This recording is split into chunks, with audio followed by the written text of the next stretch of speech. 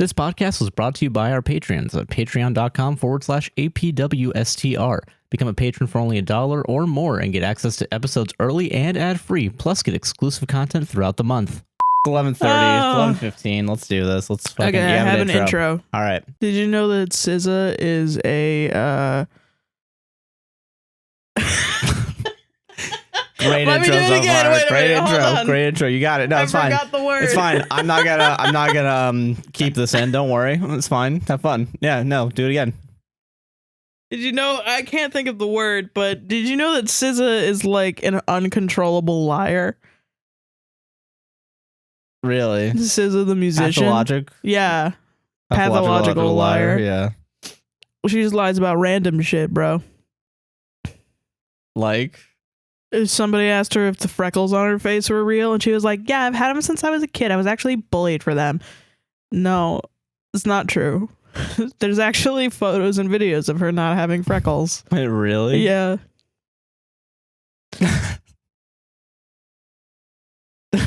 Yeah. That's weird. I know. Is that... Yep. That's all you wanted to say? Yeah. That's what you wanted the fucking intro to Yeah. be? Her hair's fake, I think. It's a big thing on TikTok right now. We'll look at the views for sure.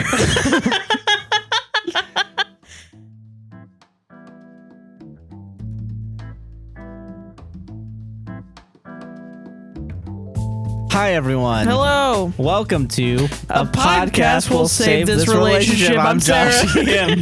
You can't stop me. You can't stop. I'm not letting you do it anymore. I'm coming back. I'm Sarah, she, her. And again, I'm Joshy him. I already said it though, but Well, but the first time I had already said it, and then you said it second. So I actually got it first. wow. Damn. Yeah. Man, can the straight white man not have anything first anymore? No. You're done. How you doing, Sarah? I'm doing good. How are you doing? I'm doing good too. I'm chilling. It's been a nice chill day. You know, cleaning, getting this fucking place ready for my mom to see it. Jesus. And maybe my dad. Potentially both of them. Potentially neither of them. It's funny as fuck if your dad isn't coming anymore, because he just noped the fuck. He was like, nah, I'd rather go to bed. I'm going to bed. It's just funny I as got hell. work in the morning. He works too much, so I mean, yeah. Honestly, fucking, mood. Yeah, I feel yeah. that. But yeah, no, fucking, yeah. I mean, we'll be here. Oh yeah, we'll be here. Yeah, but yeah, fucking, yeah, it's been a nice chill day. Fucking, yeah, working, doubling up, you know, getting shit ready. Got a Patreon exclusive out finally. Nice. Fucking patting myself on the back for doing the bare minimum. That's cool. But yeah, it's been a good day. How about you? Yeah. Average day. Yeah, you know, trudging through it, getting through the trenches. Fucking the world keeps piling on, back-breaking situations onto, who guessed it, my back, as I trudge through the who guessed it, the trenches, as I keep going, and I keep piling on, baby. Hell keep yeah, piling on those fucking issues. Hell yeah. Hell yeah, keep going. And then you Why not? And then you come to this podcast. I won't crash. Then you come onto this podcast, take up a bunch of more issues. Yeah, let's go do it. Keep doing it. Yeah, so I'm doing good, I guess. Yeah, no, everything's fucking fine. Woo! Cut the feed. Cut the feed. No, I'm okay. Sarah's going to say. Sarah Snap. Someone actually asked us recently on TikTok, like, I don't know how you guys do this. You guys, this get old. Well, not old, but like, this must be a lot listening to all these stories. Absolutely, it is. Yeah, it is. Yes. We still do it. We still do it for you. Because we fucking love you. Why do we have a fireplace on in the background? We should have an American flag. To American show our, goddamn flag. Because we're true fucking veterans. True fucking Americans. It's not that hard. It really isn't. It's not. Only sometimes things are triggering, and then we just don't do those things. Yeah, we just skip them. Yeah. Or we can't read them. Sometimes we can't even read them. Can't even read them, so sometimes you guys they get go skipped. back to English class. Sometimes you accidentally delete a story. I'm not going to point any fingers here. But sometimes you accidentally delete a bunch of them in a row, and, you know. Gosh, did that. Don't send duplicate stories. Or do. Or do. Whatever. We'll figure it out That's later. probably even better, honestly. Oh, yeah. I remember pretty much every story that we've done. That's true. Yeah. So I got a general gist of the stories we've done. I'm for sure in some like future video while we're recording, we're gonna be like, oh, we did this one. Oh, we already did this one. Fuck. Yeah. We're like 2 months behind. Yeah. We have 120 stories, I think. Don't send time sensitive shit, man. Oh yeah, don't send time sensitive stuff. And Don't also, do not send stuff on TikTok because I can't respond to any of you guys' messages to tell you to send it over to the forum. Oh yeah, if we're not friends on TikTok, we can't message you. Yeah, so I don't follow shit. And we're usually pretty good at like messaging people back. Yeah, but sometimes we're not. So yeah, definitely do that. Housekeeping out of the way. Yeah, that's done. Unexpected housekeeping that I didn't even plan on doing. I was going to wait until later. You have a choice, Sarah. Okay. We have 2 topics. Twilight first. Okay. Twilight first. All right, we'll do Twilight first. I've never seen Twilight. I ain't never seen it. Growing up, I didn't ever see Twilight. Is that real? Like actually for real? Yeah, I never saw it. Yeah, you read the books. I read the beginning of the first book, and then I put it away and never opened it ever again. That's interesting. Okay. Yeah, I never ever saw it. See, I grew up in a house of women primarily. Yeah. And my 2 sisters are much older than me. So they happened to be the target audience for Twilight when it came out. So they read it. I think I feel like I read one of the books, but like not all the way. And I was like, this is still stupid. It's dumb as fuck. Yeah. And then, but I remember watching the movies. I remember watching some of the movies. I actually, you know what? Fun fucking trivia real quick. You ready for this, guys? Yeah. You have it? Whoa. Oh yeah. Josh has this. So I think is that being used as a trash can? Well, I mean, just a place to put expired credit cards.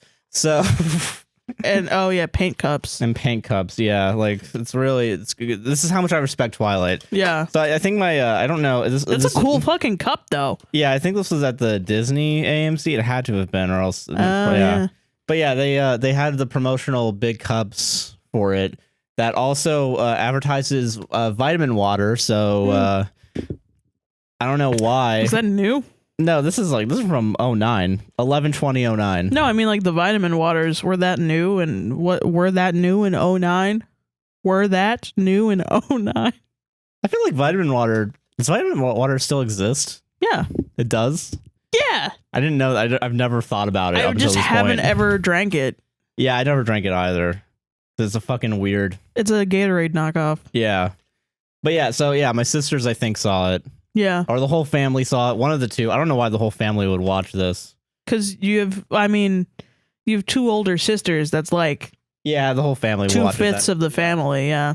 So yeah, no. So there was at some point we were all probably in a theater watching these movies. We haven't watched the last 3, aka the last 2 books, but we have seen the first 2. The first 2. So let's half in the bag it. Sarah, what do you think of Twilight and Twilight? I knew pretty much the entire story. New Moon. I have known pretty much the entire story of Twilight for a long time because it was so big you couldn't not know what the fuck is going on. Yeah. But there are still things that happen in the movie that I don't fucking understand and will never fucking understand, I think. I get that. And I think everyone knows the basic plot of at least the first movie. I think every person, if you went to a random person on the street, and you ask them, "Hey, what's the plot of the first Twilight movie?" I know there are vampires. She figures out that he's a vampire pretty easily through Google. Yeah. He shines in the light, but it doesn't like hurt him.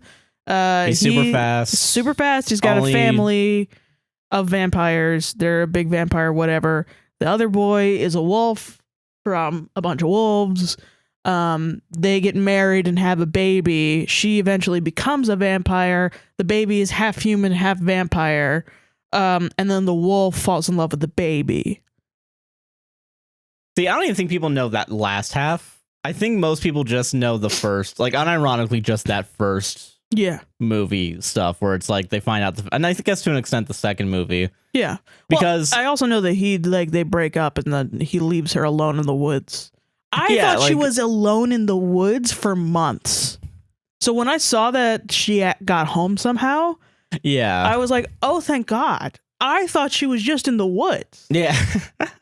For like 3 months, she became like a woods woman. Yeah. So, okay. And I was like, how are they going to explain this? It's not a thing. That's, yeah. No, yeah, I get that. Yeah. I don't know. So, yeah, okay. So, like, I mean. But I think this shit is fucking crazy. I think this shit is fucking crazy. No, yeah, I mean, it is. Yeah. Now, watching the movies, though, I completely understand why every 13-year-old was obsessed with Twilight. Really? I absolutely see. This understand. Is where I because you weren't a girl. Okay, yeah. But like, I even try to like. I try to understand. I try to like. That's what every girl wants. Teenage girl wants to be groomed. Yeah. We're already 10 minutes into the first podcast, and we're already saying the groom word. Gabagool. But no, fucking the G word. The G word.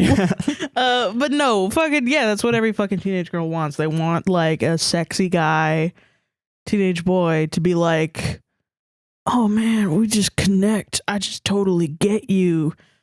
We're so in love. That's what they want. Okay, because I mean, like, that's what they want. Because they want another boy that they're really in love with, but wants him. They want to be wanted. See, okay, I understand that. I just don't get why Twilight was the one to do it, or why Twilight's like the one that like became the most popular one of it. I don't know why. Because to me, I don't know. Well. Because I think it's one thing to like, I agree with all that. I can understand that. I think it had good marketing. That's probably what it is. Because like, if you wanted that feeling, if you walked before Twilight, if you walked into the teenage book section, teenage fiction section in a Borders back then, Barnes and Noble or something, you walked into it. Twilight was the only book that was all black. You go in there today. It's all black. Every book is all black. So it kind of got that. Every book has a black spine. It was so visually fucking stunning, the books. And I think also the movies cast really attractive people and had a very specific style to it. This is okay. See, this is where I'm like, okay, that's actually points against it. Well, okay, because like, yes, they have attractive people, right? I'll agree that the main cast of Twilight are very attractive, yes. Yeah. But the movie does not make them look attractive. I think the movie makes Bella very attractive. I think it makes Bella look attractive. I think the movie makes Jacob very attractive. Yes, okay, that's the thing. Jacob is like the most attractive of all. This is the Gossip Girl segment here. Yeah. Is I'm going to agree and say Jacob. Josh is a Taylor Team Lautner Jacob person. Well, okay, because like, no fucking Jacob. Shit. I mean, if yeah. I don't know how you could be no fucking shit about Jacob. I feel like he's just a distraction. Watching that, I'm like, I don't understand how anybody could be Team Jacob. It's fucking Team Edward all the way, baby. He's a loyal dog. Sorry, all right? He's a loyal fucking... They literally show a woman that was abused by her partner for like no reason other than he went into his wolf form because he got angry. That's true. Okay, yeah. That's like, there are reasons against Jacob and there's like no reasons against Edward. Other than he's a piece of shit. But like, you have to accept that Edward's a piece of shit soon as you get into it. Okay, we're not even, okay. That's the whole point of Edward, is that he's a piece of shit. Third dimensionality we're going to give them, all right? Let's not pretend here, all right? This is a two-dimensional movie. Yeah, of course. So two-dimensionally, Edward's a dead man, and he looks like a dead guy. I don't know how anyone could be which sucks, because like you look at like Robert Pattinson have always been about sex. Vampires are about sex. Yes. Yeah.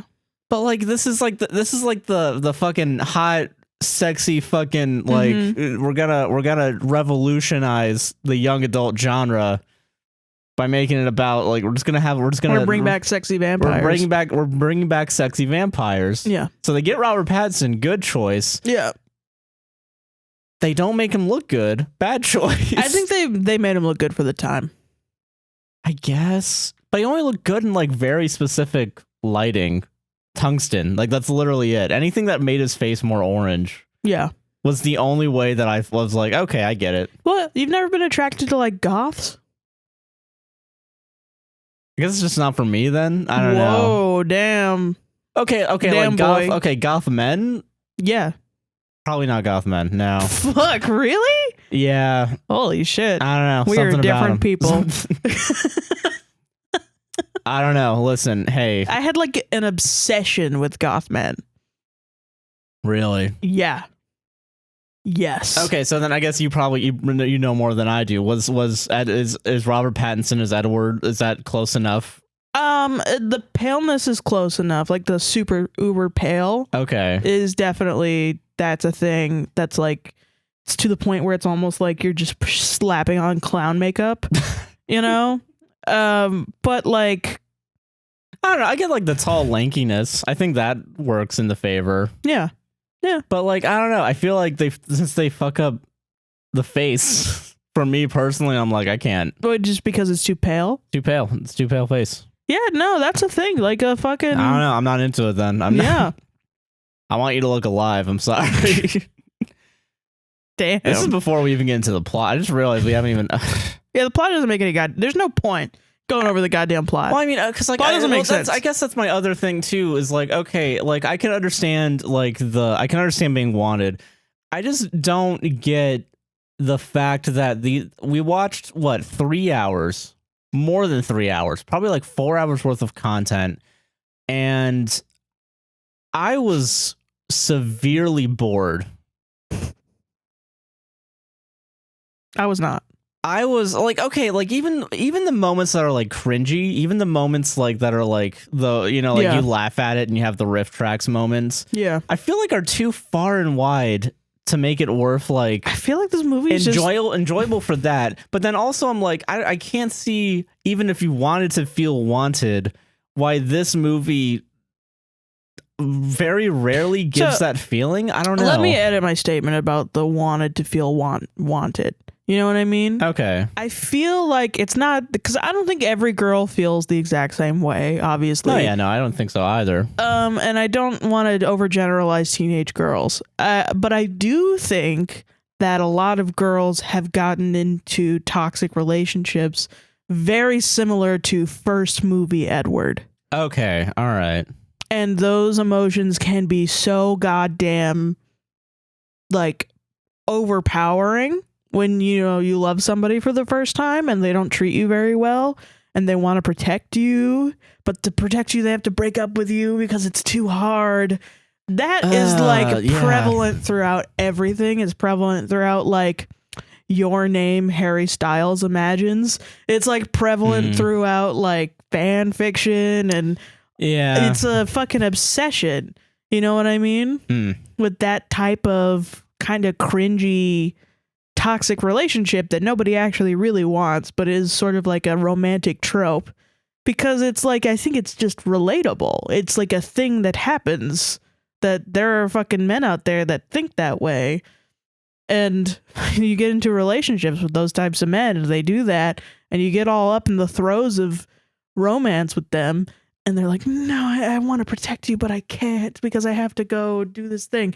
Fucking the first relationship I was ever in was similar to that, but the thing that he was a Puerto Rican man who's very Christian and played the guitar, and he was constantly like, I have to pay for you, I want to, I want to work really hard so I can, blah blah, build us a life. We were only dating for like 30 days. It was ridiculous. I get, but and then he was just like, so I have to work 60 hours a week or whatever. And I was like, now I know that I don't want to date somebody who works 60 hours a week. Yeah, right. I get that. I don't want to do that. Well, that's interesting. Okay, I don't even believe in that shit. But when I was in that relationship, I was like, oh, that's actually a weird, interesting thing. Because someone mentioned in the comment, we had a poll on YouTube about like how many people were going to piss off or whatever. Yeah. Apparently not that many, so score. I think people know that this is a bad. This is a very bad movie.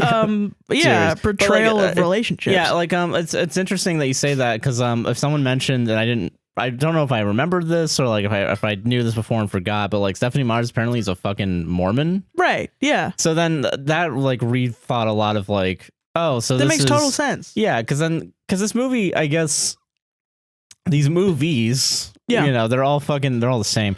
They all like, every man has a weird portrayal of their relationship with Bella or their relationship with anything. Yeah, it's very strange. It's really there's no like, real like casual dating. No, yeah, it's very intense. like it has to be very intense. It has to be fucking monogamous, fucking straight through, like, you know. Yeah, it's really just like I don't know. It's so I don't know, it's baffling. I don't know. It's just like really baffling. I think it's baffling to people that have never known that type of relationship. You know what I mean? Or never want that type of relationship, which is good. Don't have that. Well, I mean, that's bad. The thing. And like, I mean, you know, like, and like, you know, that's I guess that's one of the things that I'm like, what the fuck, you know? Because I mean, I remember watching the first movie and I'm just thinking throughout the movie, like, wow, 50 Shades of Grey really just fucking copied and pasted this whole thing. But that's the movie where it's not bullshitting you, right? Where it's just like, telling you, I'm gonna own your body. Yeah, and that's like, and like, which is like, yeah, okay. And it's like, but then, you know, that's what what we want. Yeah. Right. Yep. So then I'm watching this and I'm trying to think of like 2000, like, you know, I'm trying to place myself really hard in the shoes of like post 9/11, pre-Obama fucking America, right? Yeah. 2007, baby. Yeah. I think is when this movie came out. And it's just like, even with all of that, yeah, it's still really hard for me to like, I guess, accept it. Just accept that this is a thing that happened. I don't know why. Cause like, you know, I was joking at some point during the movie. And it's like, I can pinpoint a lot of people's problems that they send in to us. Yeah, from this movie specifically. Yeah. And then later on, the second movie specifically. Yeah. So then I'm like, is this really like, is this the cultural touchstone of like why people had bad relationships? Gen Z in 2007, 2009 growing up with this, and to an extent millennials? Honestly, maybe. I think it's probably the source of a lot of like middle school, high school shitty romances, which, I mean, some of the situations that people get into that they send us are from relationships that they had in high school or relationships that they had early on. And then like, life. You know, and then I look at them like, okay, so that makes sense. And then, I think, but to me, it just reminds me of like young people having shitty relationships because they don't know how to be in a relationship. But that's also what draws me into Twilight is like, they're both very young. Well, technically Edward's not, but he is still 17 and he does still act like a 17-year-old. But I feel like if you've been acting like a 17-year-old for 109 years, you kind of are perpetually 17-year-old. That's true. Yeah. Like, you know, they really don't do the interview with the vampire thing where they have like a little girl vampire who is like 40, 50 years old and is trying to be a 40, 50-year-old woman in a baby's body. Right, though, and they don't do that. Yeah. So that's like not even a thing that I'm even thinking about. He's fucking 17, you know? Yeah, that's true, yeah. And so like it really makes me think like I'm watching two kids figure out how to be in love together. And like, because they're bad at communicating with each other and then they break up. Yeah. And then like that whole thing didn't make any sense. Like with the, you know, I was trying to tell you about it and I don't know how I can even explain it now because it doesn't really make any sense. Well, during the second movie in the second book, I guess, when Edward just leaves. Yeah, because like he thinks that Bella is being obsessed with wanting to be a vampire. So he's like, I want to give her a chance at being a human. But by leaving, he leaves her open to the other vampires who have already told them that they want to kill her. So now she's left indefensible. Yeah. And they're not going to come back and save her because the person that saves her is Jacob in his wolf form. Yeah. And then there's also the vampire that can look into the future and doesn't, and just accepts that. Like sees that happen, I assume. or maybe not. Maybe she can't. Well, I guess, yeah. Well, she couldn't. That's why she went to the fucking house, right? Like, she couldn't see that Bella actually survived jumping off a cliff. Because she can't see, because their powers don't work on Bella. Yeah. Well, no, okay, so their powers work, quote unquote, kind of on Bella, because they were still able to see that. Well, I think she can't figure out what Bella is going to do, but she can figure out what other people will do, and if it involves Bella, I think she'll understand it. Okay, that makes sense then.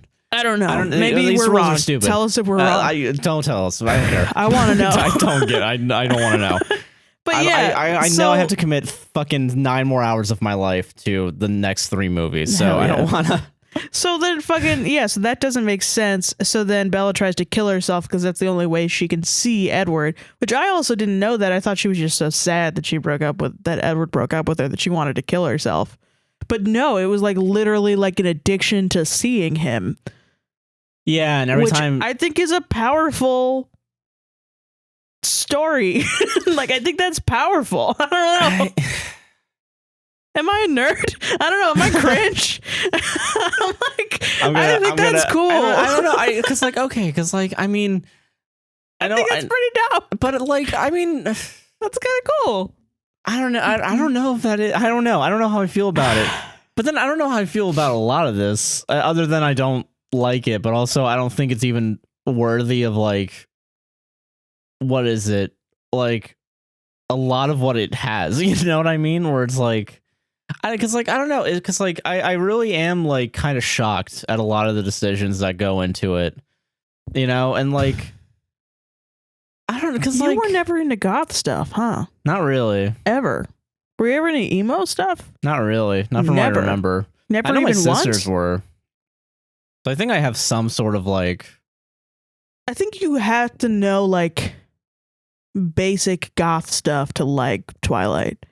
I guess that's what is surprising to me, because I was a huge into goth culture way back when, big into it, and there was a lot of cringe, exactly like Twilight in that shit. A lot. I don't know. I guess that's why I can't get into it and I can't understand it. Interesting. Like, I'm just like, I really. Because I have fucking writer brain, you know. I have fucking. Well, they're goth writers, yeah. I mean, yeah, okay, but I guess I don't know. I know I know I try to act like a fucking hipster, fucking dipshit, but I know for like the most part, I'm still pretty mainstream in a lot of like weird ways. I guess when it comes to like interesting, but like I don't know, like I guess I'm not mainstream because I don't give a shit a lot about like a lot of the Marvel movies or whatever. Like you like them. I mean, I like them, but I also know they're trash. You know, like. Well, I mean, I think they're fine movies. Like, I think every time I watch a Marvel movie, I think I enjoy myself, and I think that's a big deal. Yeah, I get that. You know, it's not true for every other franchise. That's true. Yeah, but like, I mean, I don't know. I guess like. But I mean, they're like specific things, like wanting to kill yourself for your lover, or like going to fucking the ends of mortality just to see the person that you love forever and all this stuff. And would you put yourself in danger for the person that you love and blah, blah, blah, and all this shit. And, you know, there are these things that are just like, yeah, that's the concept we're going for. And I guess I see that and I'm like, oh, yeah. It's like all those songs I used to listen to. Okay, well, it's just like all those songs I used to listen to. Well, that just reminded me. I guess first of all, I'm just gonna say here, fuck the first movie, whatever. The second movie, I don't give it enough for shit about the first movie. But like in the second movie, like about the what is it about that kind of on that weird point actually is that like they mention Romeo and Juliet a lot, so I do understand that trope, right? Of the you know, the Romeo and Juliet's like a classic version of that. Yeah, the tragedy, you know? The tragedy, right? And like fucking so I get that, you know, I understand that aspect. Yeah.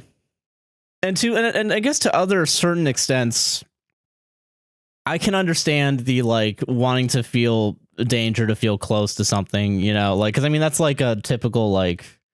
I was watching a Carlin video of all things, George Carlin video today. And it wasn't about like, you know, love and death. It was about like how, like with drug use, for example, like the first time you do it, it's the fucking. So I get that. Also an allegory for drugs, definitely. Yeah. So I get. So that's where I get confused. Then is that all these building blocks are there, and they're recognizable to an extent. Yeah. But and then they go, now let's talk about the Volturi. Yeah, that's okay. That's the problem. Is that that's the shit that gets me hype about this fucking movie. That's the lost shit. That's lost in there. And see, like that's the chemical. It's like I'm so used to fucking like TV shows go like jumping the shark, you know? Yeah. That I'm like, I don't want to watch a movie do that like 5 times in a row. Yeah. In every scene. Yeah, exactly. Like I want to see that shit. Even the little things where they jump the shark, like that's Jacob, why I'm like, this is not boring at all to me. When Jacob tells Lola, not Loca to Bella, where have you been, Loca? That scene alone, and then like that's fucking awesome. That's fucking awesome that they made him say that shit. Why did they make him say it? Fucking why did they put that scene in the movie theater in there, and then like a couple of scenes later, she's gonna go try to get Edward not to kill himself in Italy, in fucking Italy. Like she's not even in the same country. In a couple of fucking. And I guess that's later. and I guess. Fuck! I just lost what I was gonna say. Shit's awesome. See, no, this is why. Like, this is that's why fucking awesome. I'm like. Are you fucking kidding me?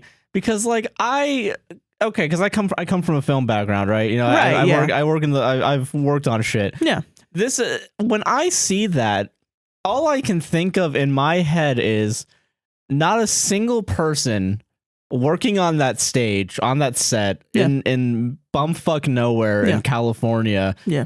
Was like, I want to make this movie. Yeah, and I think that's punk rock as fuck. I don't think it's punk rock because I think that's producers that have all this fucking money. They have fuck you money. Yeah. They know that a bunch of people are gonna fucking eat that shit up. And so they're prodding Robert Pattinson into the fucking tree to jump off of it. Yeah.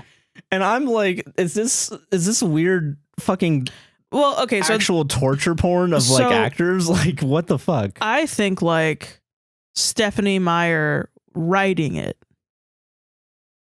is the person that is punk rock. I think there are a lot of problems with the fucking shit. I'm not saying that it's awesome, but I'm saying that, but like, you mean like just imagine the fact you fucking wrote a book that was so stupid and insane, absolutely batshit fucking crazy, that a bunch of bastards were like, let's put all the money into this. This is our golden goose. You know, yeah, that's the thing. And then they start rolling and you get a lot of awesome people. Talented absolutely children. Talented fucking people. To come in and do the craziest fucking bullshit they've ever done in their entire lives. Say the stupidest shit out of their mouths, and they get paid fucking millions of dollars. So they can't even complain that much. Yeah, you know, I get that. Then I do get that. I mean, I think it's like, yeah, okay, you can not have a fun time on set. You can not really like the movie, but like, you're making money doing this from a fucking nobody. Like a fucking businessman is sinking his money into this fucking thing because he knows it's gonna pay off because it's ridiculous.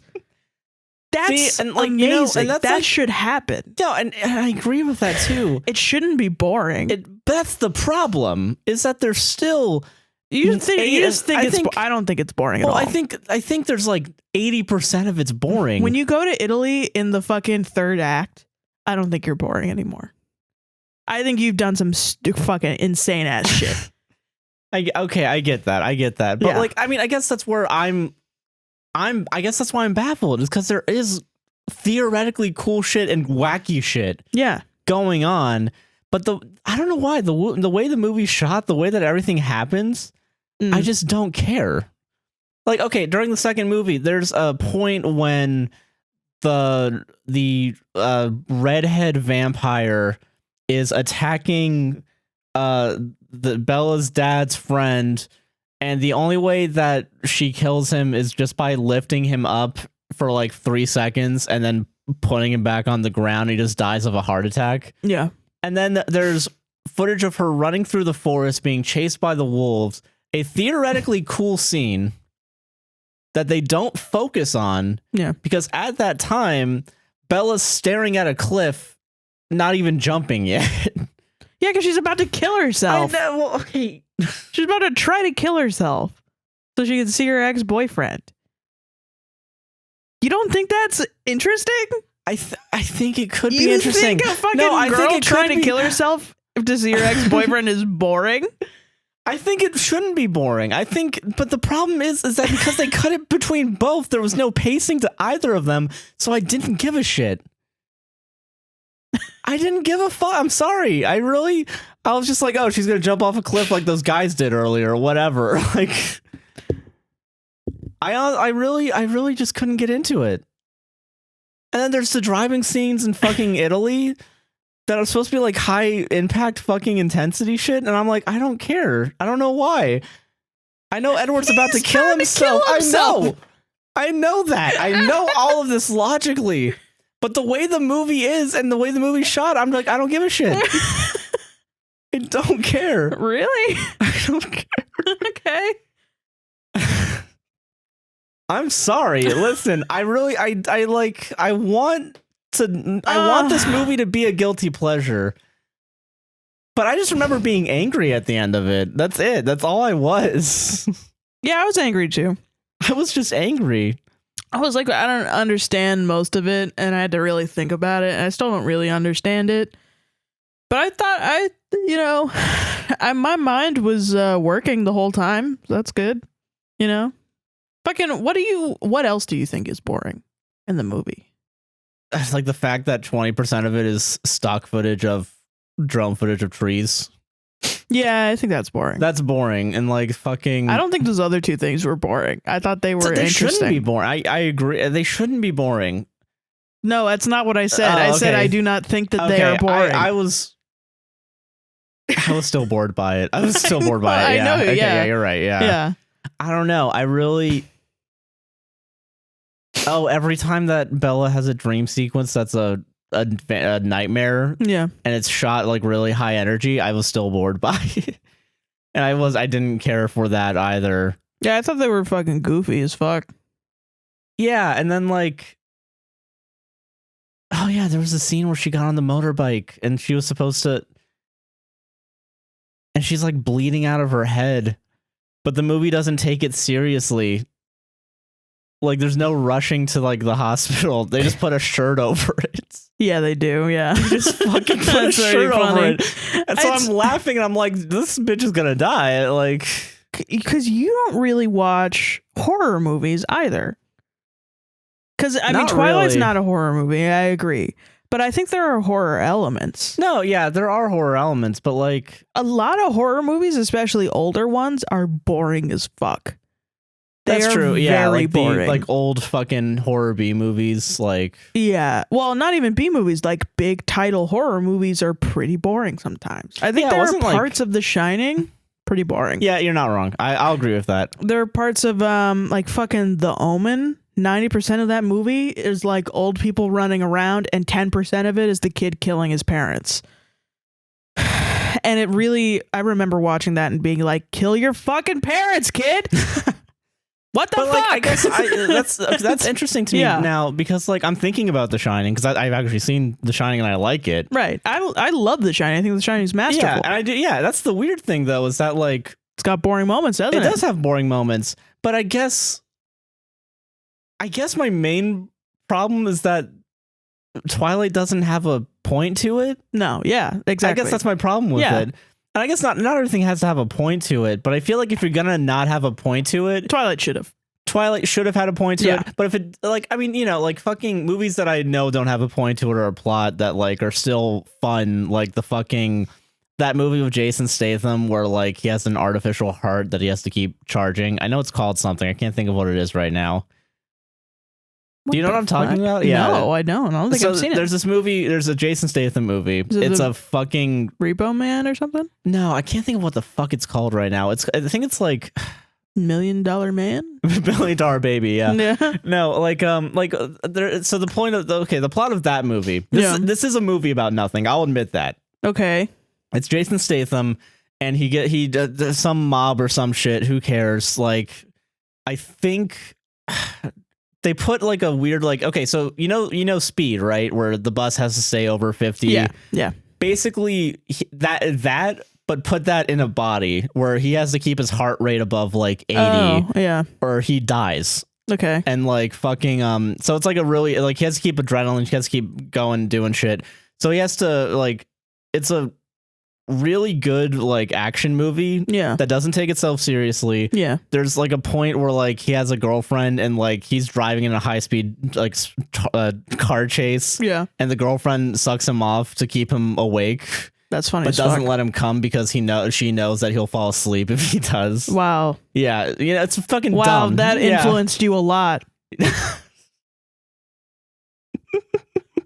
Just call me out, Sarah. Damn. I'm calling you out because Josh, during a D&D, the first time Josh ever played D&D with my D&D group, he made a character.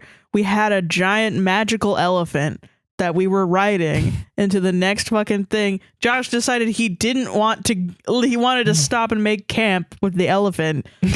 So he jerked off the elephant and did it so good I forgot about that the elephant came and blew my arm off. And blew your arm off. Yeah. And then Josh's character was armless. For like a good majority. That's good storytelling. Until we got him like a robot arm or something. Yeah. That really influenced you a lot. Wow. Yeah. And also it has an over 50% Rotten Tomatoes. So okay. I don't know. But yeah, so fucking because it was under 50 it'd explode. My point is that movie doesn't have a point. Yeah. And I still enjoyed it. Right. Well, because it's ridiculous, and it's ridiculous in the way that you enjoy. Yeah. I Like guess Twilight is ridiculous, but not and ridiculous in a way that I enjoy, I guess. Yeah, you just don't like it. Yeah. And the ridiculous moments I feel like are few and far between for me to really get into it. I think it's ridiculous most of the time. I guess. Yeah. But I guess it's just not entertaining ridiculous for me. I think it is. Just angering. Just gets me angry. Really? Why? That doesn't. Why do you get so angry? I don't know. I guess I'm not that angry. I've also forgotten most of fucking what happened too. That's the other thing. But I feel pleasant about that because I'm like, doesn't keep up space in my brain. That's nice. And that's true. That is actually a really nice thing is that I don't have to remember this movie. Watch something and forget about it. That's nice. I wish I could do that with everything. I wish most shit was like that. Yeah. Nope. Now I got to think about Severance every goddamn day. Oh, we'll get to Severance, but I don't know. I guess as I keep getting as I get older, I guess I just want more substance. I guess I don't know. Yeah. Well, I mean, that's the thing. I'm coming at this from the point of view of like a 14-year-old. You know what I mean? Like when this movie would have come out. And that's true. I guess. Yeah, I'm not this fucking target market. You know. So like. Fucking, if I was 14 and I did watch this, I got off of my Harry Potter high horse and watched this movie, I would have liked it. I probably would have liked it and obsessed over it, maybe. Because I know I did that for a lot of media. I liked Harry Potter and I did obsess over it, and there was a lot of other shit that I obsessed over too. I get that. Okay, I get that. Because I mean, yeah, I guess I obsessed over like other shit too, so I get that. I guess that's just the fucking the flip side of the coin of like, back in the early 2000s that what we're gonna tailor to boys and girls, yeah, but as long as it gets the money down the fucking back when it was a lot more like what is it fucking like I guess in a pre-Trump era when things were just a little bit more simple, right? Fucking I don't know. It's just like really, I really just don't. I guess I'm coming from this angle. Not, I guess partially as a Harry Potter fan, former Harry Potter fan. I don't really give a shit enough anymore. But like I'm thinking about really like care. Even like Hunger Games, Yeah, I don't think I ever obsessed about Hunger Games though, or even Maze Runner. I read that whole book.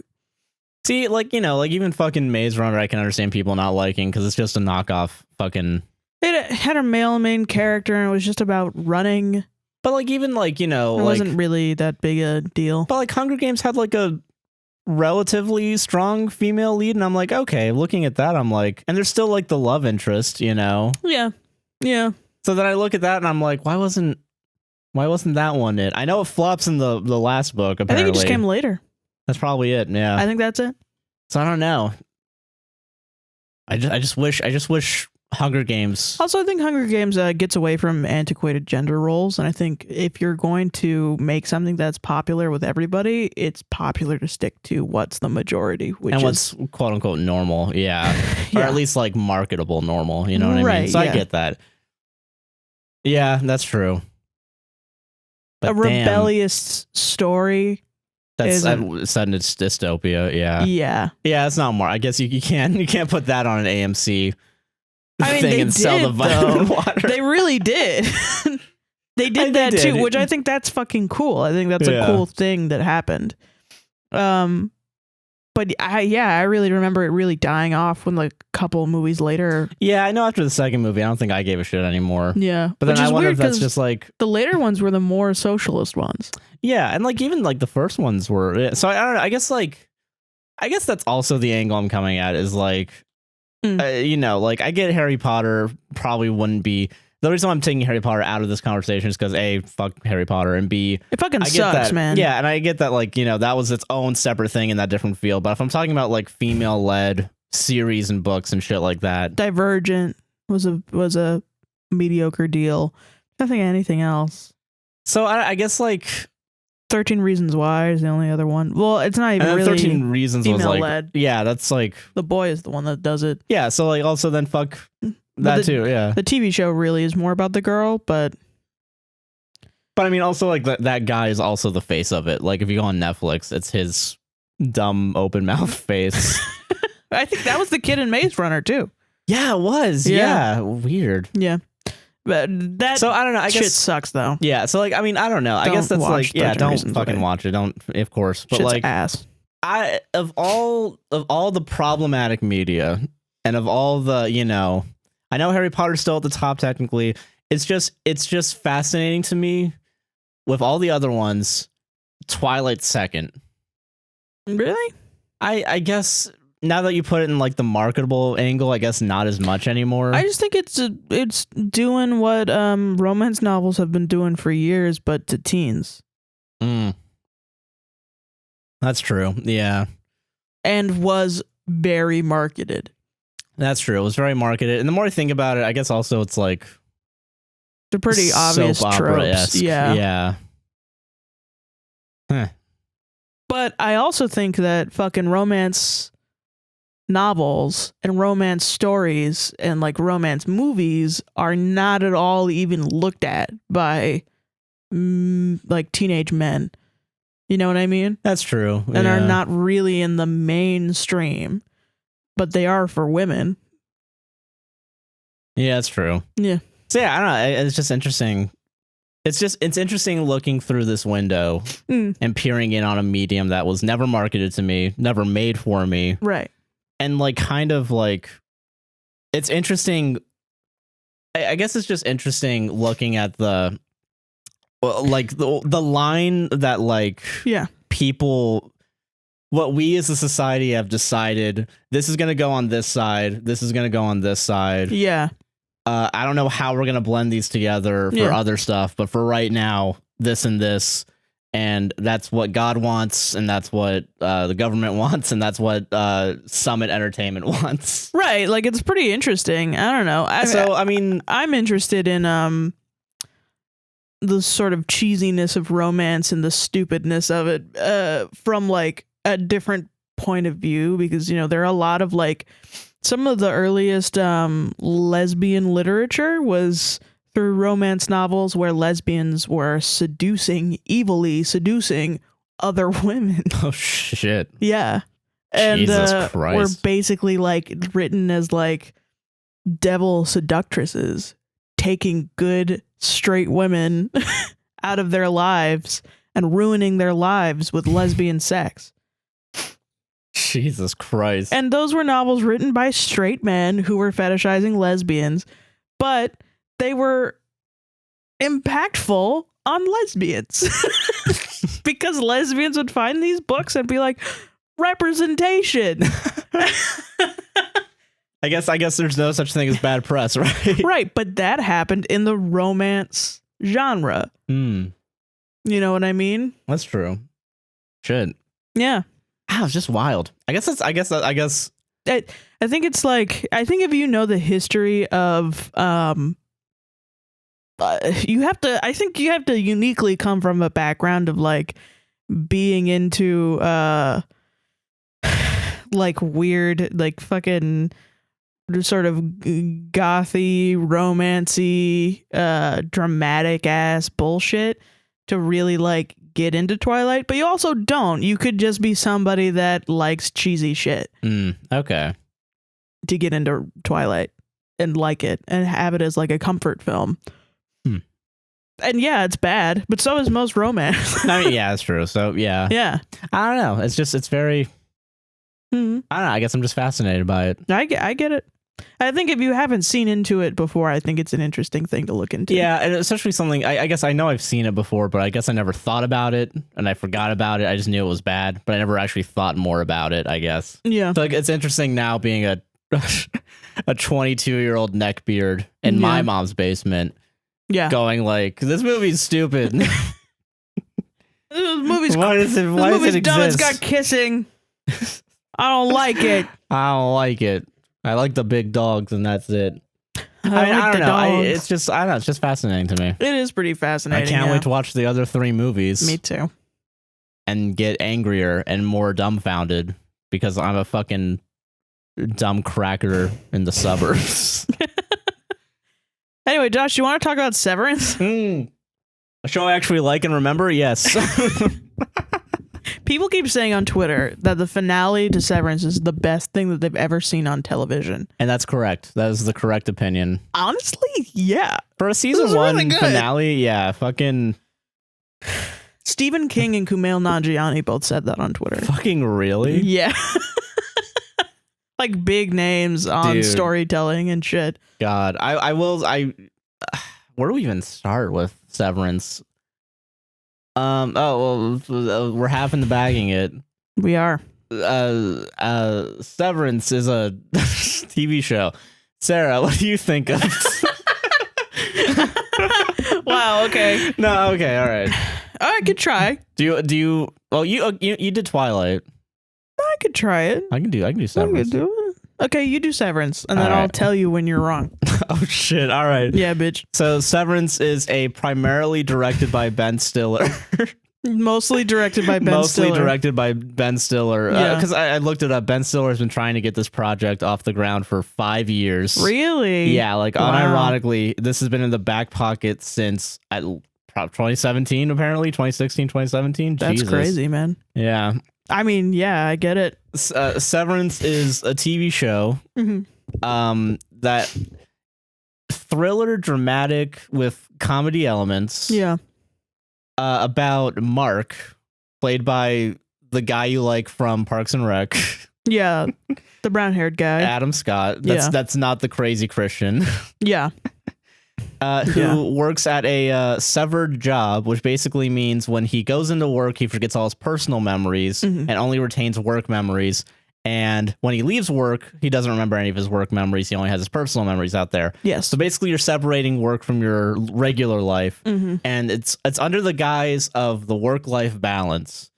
Yeah. And basically, new recruit comes in. Name's Heliar. She's a little rebellious, and slowly but surely, it's kind of, I think, the first real like setting off of the events of like a rebellion that's kind of happens throughout the series. Spoilers, by the way. Yeah.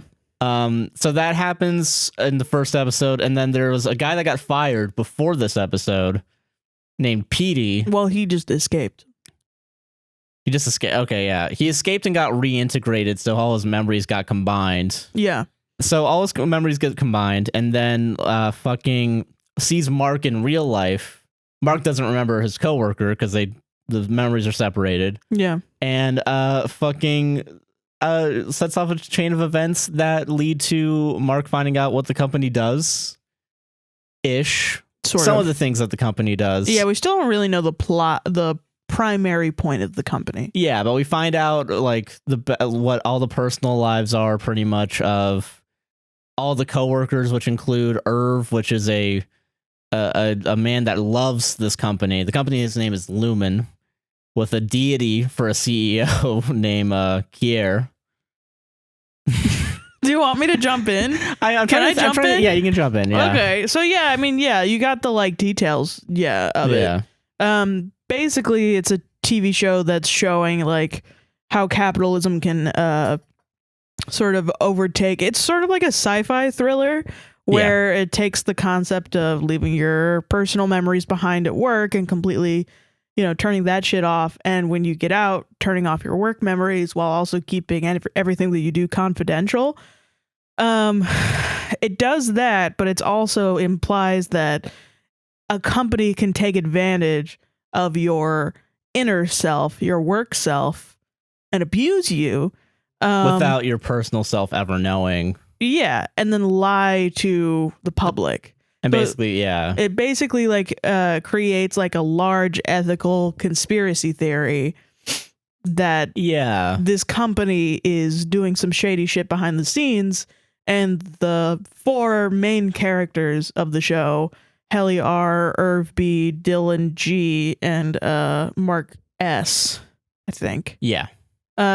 They have to figure out what they're doing. They have to break out of the sort of like mind barrier of that this company's placed on them by like kind of manipulating them into just sort of doing whatever it is that they want.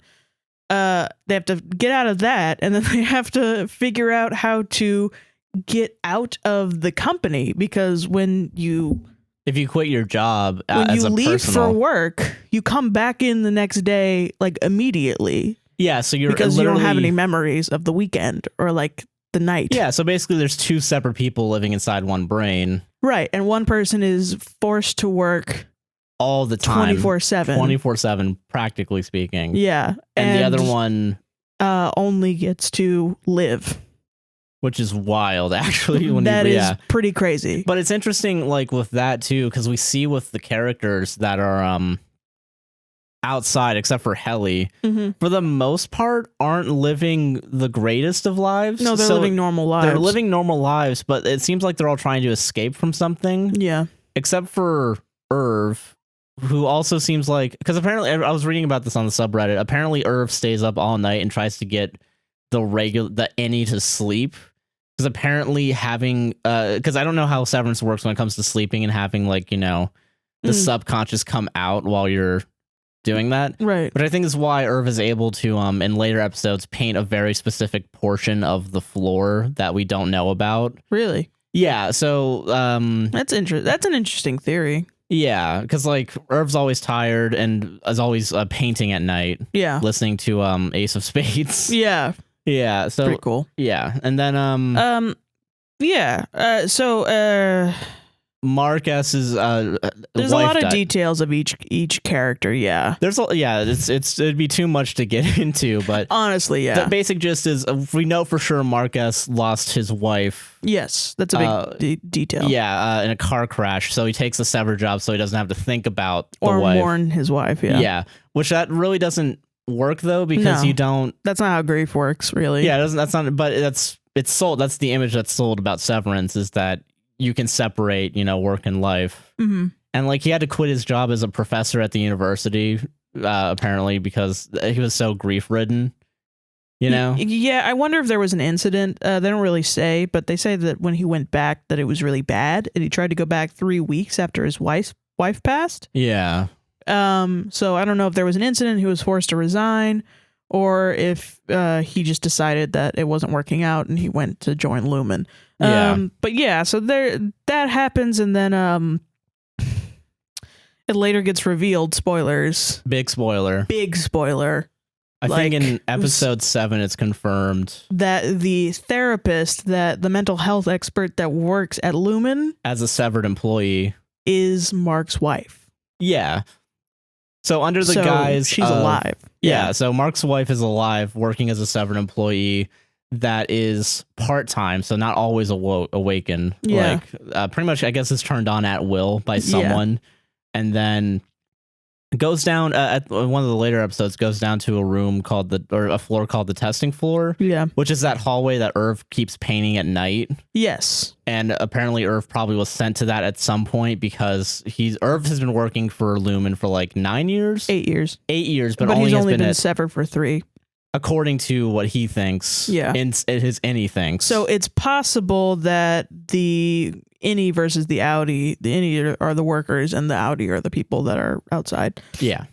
His innie has either been renewed, like they've renewed the chip, which I think is probably what it is, or he used to work, he started working for Lumen and was not severed, and then took a severed, got a different job and severed himself. Yeah. Yeah. Which I kind of think it's that, because then he could have seen the testing floor. Yeah, I think at some point, but I think the testing floor is probably where they go, I guess, to reset the chips or whatever, Or to I think it's going to be revealed that there's going to be a bunch of bodies back there, like in tubes or shit. Probably, yeah. Where they're turned off, quote unquote, because there was a list of, they can manually turn on the innies when they're outside also. That becomes a big deal that leads up to the final episode. Yeah, that's they have a lot of different contingency shit. There's a lot of I don't know how to describe it. So yeah, Irv has a list of all the severed employees basically. Yeah, for some reason, it was revealed in the last episode. I looked at the screenshots and it doesn't look like it's an official Lumen list, because only because there's a lot of names on that list and they're all apparently severed employees, but only some of them have addresses. Yeah, only some of them have addresses or numbers, or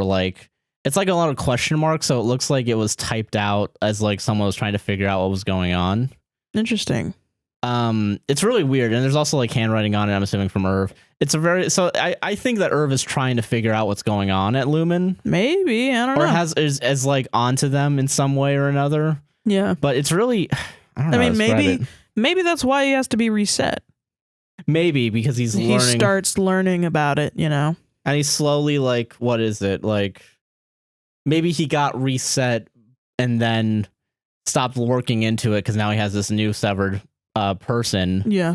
That's different and doesn't have as much information, so now he can't get information when he's subconscious. Yeah. Sleeping at the job. Right. So I don't know. I think they're gonna tell us in season 2. Yeah, but yeah, there's a lot of shit. There's a lot of shit. Christopher Walken's in it, and he's gay. Gay Christopher Walken is it's the best. It's the best character. It's fucking awesome. Fucking dude. This show is just so fucking good. I don't know how else to describe it. Watching this show is, it's a roller coaster. It really is. Of really good twists and really good masterful. I don't think there's a wasted moment. No. Unironically. And if it is, if there is a still moment, it's there for tension. Oh my god. The entire time is very oh my fucking god. Yeah, there's a lot of, especially in the last 2 episodes, there's a lot of ticking clock elements, especially in the last 2 episodes.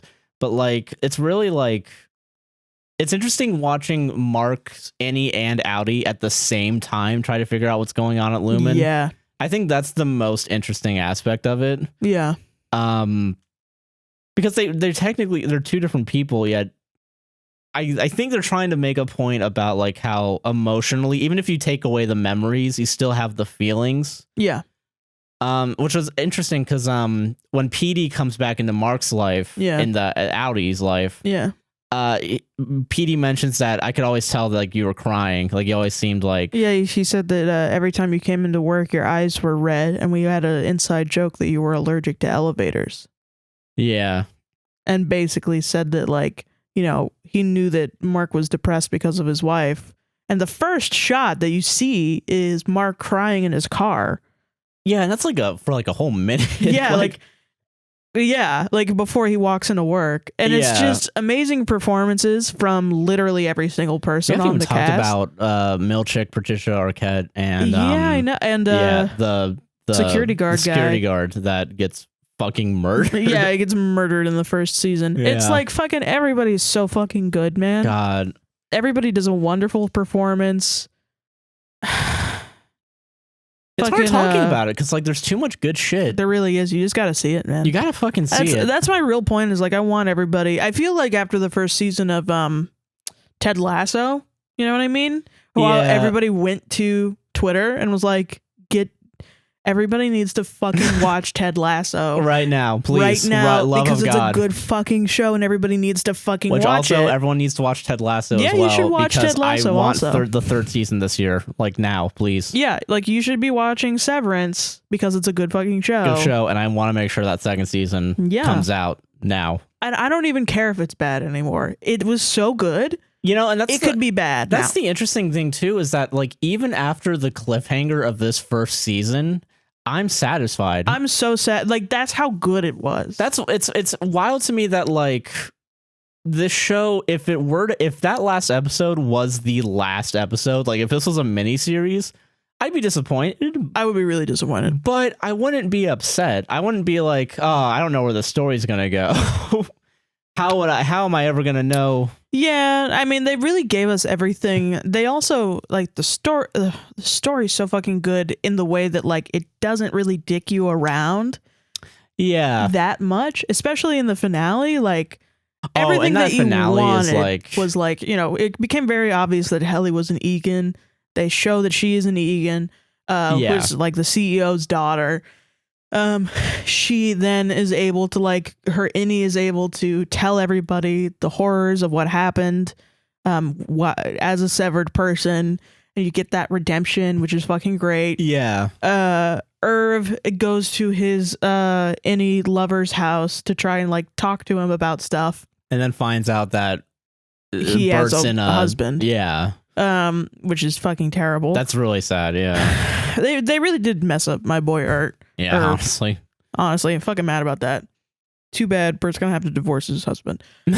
Fucking Mark is able to like connect with his sister and tell his sister everything that's going on and find out that his wife is alive. Yeah. And tell his sister, so now his outie is gonna know that his wife is alive. For sure. Like there's no fucking way. Like no fucking way that it's gonna be like if it is a thing later where they're like, we don't know what you're talking about, Mark. That's when I'll be upset. I'm gonna be like, come on. Okay, that's fucking dumb. That's stupid. That's fucking a dumb fucking decision. That's really stupid because he's holding the picture of his wife as he says she's alive, and then he gets turned back into his outie. Yeah. To his sister, who was just talking to him about his wife. That would be fucking wild. That would be crazy. It's gotta happen. I don't believe that it's not gonna happen. So that shit happened. Fucking Dylan was able to fucking scream at Milchick, who he was having like a power struggle with, about his fucking son, on how he wants to remember his son being born. Yeah, fucking Christ. Like they have progressed enough for at least one season, you know? Yeah, they went from completely sucking this company's dick to revolting, to completely revolting from all in one season, and that's exactly what it needs satisfying. To be. Like it's really like, you know, like I guess like I just love it. I don't even know what to say. Like it's fucking screenwriting 101. You know, like it's fucking amazing. I think A to B, don't fuck around. Don't fuck around on it. Yeah. Don't do it. And if you do have a reason for fucking around, it's fucking great, and everybody should watch it. Everyone should watch it, please. Even if you've listened to the spoilers that we've said, there's so much shit we left out, and that leads up to these that like you're not gonna remember. You're gonna get there. You're gonna get so sucked into Severance that you're gonna be like, oh shit. I think the first scene that we see in Severance is enough to make anyone watch, even after being spoiled. Yeah, I think so. Because like that opening scene is like with him crying is like so. Not even with Helly on the table. Yeah. That's pretty good. That's a fucking wild scene. That was what got us to watch it, because that was the teaser. Yeah, it was. We watched the teaser and it was like, what the fuck is going on? complete sidebar. Can we talk about the actual title sequence of Severance and how it's like probably my favorite title sequence in like forever? Awesome. It's just a bunch of ragdolls. Yeah, it's just a bunch of ragdolls moving around in like a 3D animated like Blender kind of situation. Just like fucking. It's just a bunch of Mark S's and like as like coffee and like running around in the elevator, and being like part of this black goo that comes up a lot. Yeah, in John Turturro's kind of situation, which is the paint. People have said like, oh shit, that's the black goo is the paint. That's why it only happens to Irv. Yeah. Because I knew early on I was theorizing like it's just like, oh, he's getting defective. Yeah, right. That's what it seems. But no, it's like it's fucking. That's wild, masterful. I really can't suck the dick of the show enough. Honestly, yeah. And I can't wait to buy my words in season 2 when they jump some sharks. I can't fucking wait. It's like, oh, we brought a shark into the office, guys. I think everybody jump over it. From what I've seen, it looks like the show was like written pretty like. What is it like? I think it probably has like a situation where it was all planned out before it was written. So I'm really hoping that like they probably have like a 3-season plan like Ted Lasso does. Ironically, because I know Ted Lasso was like planned out pretty hard. Yeah. From the beginning. So I'm willing to bet they do the thing where it's like you plan out your show, hopefully it gets like X amount of seasons, but you plan it to where like even if it ends on this season, you're good. You know? Yeah. I feel that. It's a good show. Go watch it. Yeah, it's a fucking good show. You should watch it. You know, some positivity in this podcast. After I just shat on Twilight for 4 hours. Go watch Twilight too if you want. Go watch Twilight too. We're going to be talking about it next week. Yeah, we will. Fuck. You want to do an ad break? Yeah, let's do it. Do listener stories? Yeah. Hell yeah. Also, if you see my finger and you're like, what the fuck is up with Sarah's finger? I have a gross burn on it. Don't look at it. Yeah, why are you looking at it? Why are you looking at my finger? Don't be fucking weird about it. That's fucking gross. Fuck you for judging. Look at Josh's finger instead. Yeah. Yeah. Yeah, you can't flick them off. Yeah. High five. Other hand. Okay, you can do that hand. Welcome to the ad break. Hey, are you enjoying this podcast that you're listening to right now at this moment, at this very second? I know I sure am. Well, if you are, be sure to show us some MF and love. That stands for motherfucking. Yeah, it does. By going to Spotify or Apple or both and leaving us a 5-star review. And if you're on YouTube, make sure you like, comment, subscribe, fucking ring the goddamn fucking bell. I know you don't. 7% of you have the bell on. That's not enough. I'll fucking find you. And if you don't like us, get the fuck out of here. Yeah, get the fuck out of here. Yeah. What are you? Why? Get out. Stop. Turn us off. Turn this shit the fuck off. But if you want to support us monetarily, if you want to, there's 2 main ways to do it. You can go over to patreon.com/APWSTR. You'll get these podcasts at least 12 hours earlier and some exclusive content as well for only $1 a month minimum. You can choose to give more if you want. No big deal. Yeah, if you want to. Yeah, only if you want to. You don't have to, though. If you don't want the exclusives and ad-free episodes and you want us to say something as long as it's not shitty, we have a Buy Me Coffee as well. buymecoffee.com/APWSTR. And by shitty, we mean like racist, transphobic, homophobic. You can call us assholes and we'll read it out loud. Yeah, like we'll read that. We don't give a shit about that. Because it's the money. Yeah, we just care about money. That was the plan all along. But... I actually do have someone bought us 10 coffees recently. Oh my god, that's a lot of money. It actually is. It is, yeah. Thank you very much. This is from Lore, and she says, I love your podcast, and since I listen to everything at 1.5 speed, I appreciate how long they are. Oh. Also, love the tab in the mic sound. A+, keep up the great work, y'all. Damn. That's what $30 gets you guys. If you say do the mic tab sound, I'll do it. We'll do a little dance for you. I'll do it live on air. Give us $50 and tell us to dance monkey dance, and we'll do a dance. We'll do the Macarena. I'll shake my little butt for you for $50. $100. $50. Wow, damn. I'm upping your value, Sarah. I mean, you're priceless, but if we're going to put dollar signs. Damn, smooth. Oh, shit. Okay. All right, we're going to go fuck real hard and then go back to the podcast. So buymecoffee.com/APWSTR and patreon.com/APR. Get that pussy over there. Whoa, what an ad read that you may or may not have seen. That's It's crazy. the listener story time. Oh my baby. God. So, Sarah, you got some stories that we're going to listen to from the listeners? Yeah. Can I fucking read it now? All right, yeah. Okay. Fine. God, I'll turn this fireplace off then and just fucking... Why? I don't need this much fucking heat from two angles. I don't know. I'm not a comedian. Sarah... All right, let's get to the fucking job. Let's do our our jobs. Yeah, I know. Yeah, Jesus. Okay, all right. Christ. Fucking... This is from anonymous she, her. Okay. Am I the asshole for telling my roommate I won't be friends with her until she tells her boyfriend the truth about why I won't hang with the group? Ooh. Oh, no. I, 22 female, moved in with my childhood friend, 23 female, in August. Sounds like a recipe for goddamn disaster. Yeah, that doesn't sound great already. We'll call her Jane. Since then, our relationship has been rough. One thing to know about Jane is she forgets that she has friends when she gets a boyfriend. Shit, all right. She hasn't dated in years because of it, saying she didn't believe she was a better person. Now she has a boyfriend, and it's as bad as it's ever been. Cut to last Sunday when I had to walk 5 blocks by myself to my car in downtown of our city. Ooh. All because her boyfriend didn't want to leave a friend's apartment. Jane, who said she would leave with me, decided she wouldn't leave if without him. She didn't tell him this. Now she wants to know why I stopped going out with them. The reason why? I got catcalled the entire way home and even tapped on my window. I refused to be around her or anyone in the group. None offered to walk me to my car. He keeps messaging me asking why I'm bailing on plans. She says I'm being dramatic, but am I? No. No, you're literally... Dude. It just sounds like you're done. Yeah, you wanted people to fucking help you and protect you when you went on a walk. Especially if you're alone downtown. And you're a woman? Yeah, you're fucking... Or female presenting? Yeah, that's also a recipe for a fucking disaster. Yeah. Yeah. There's and a whole no reason one was willing to help you? Yeah, no, fuck it's them. really dumb. Bro, No. your window got tapped. Like, at that point, yeah, no, of course not.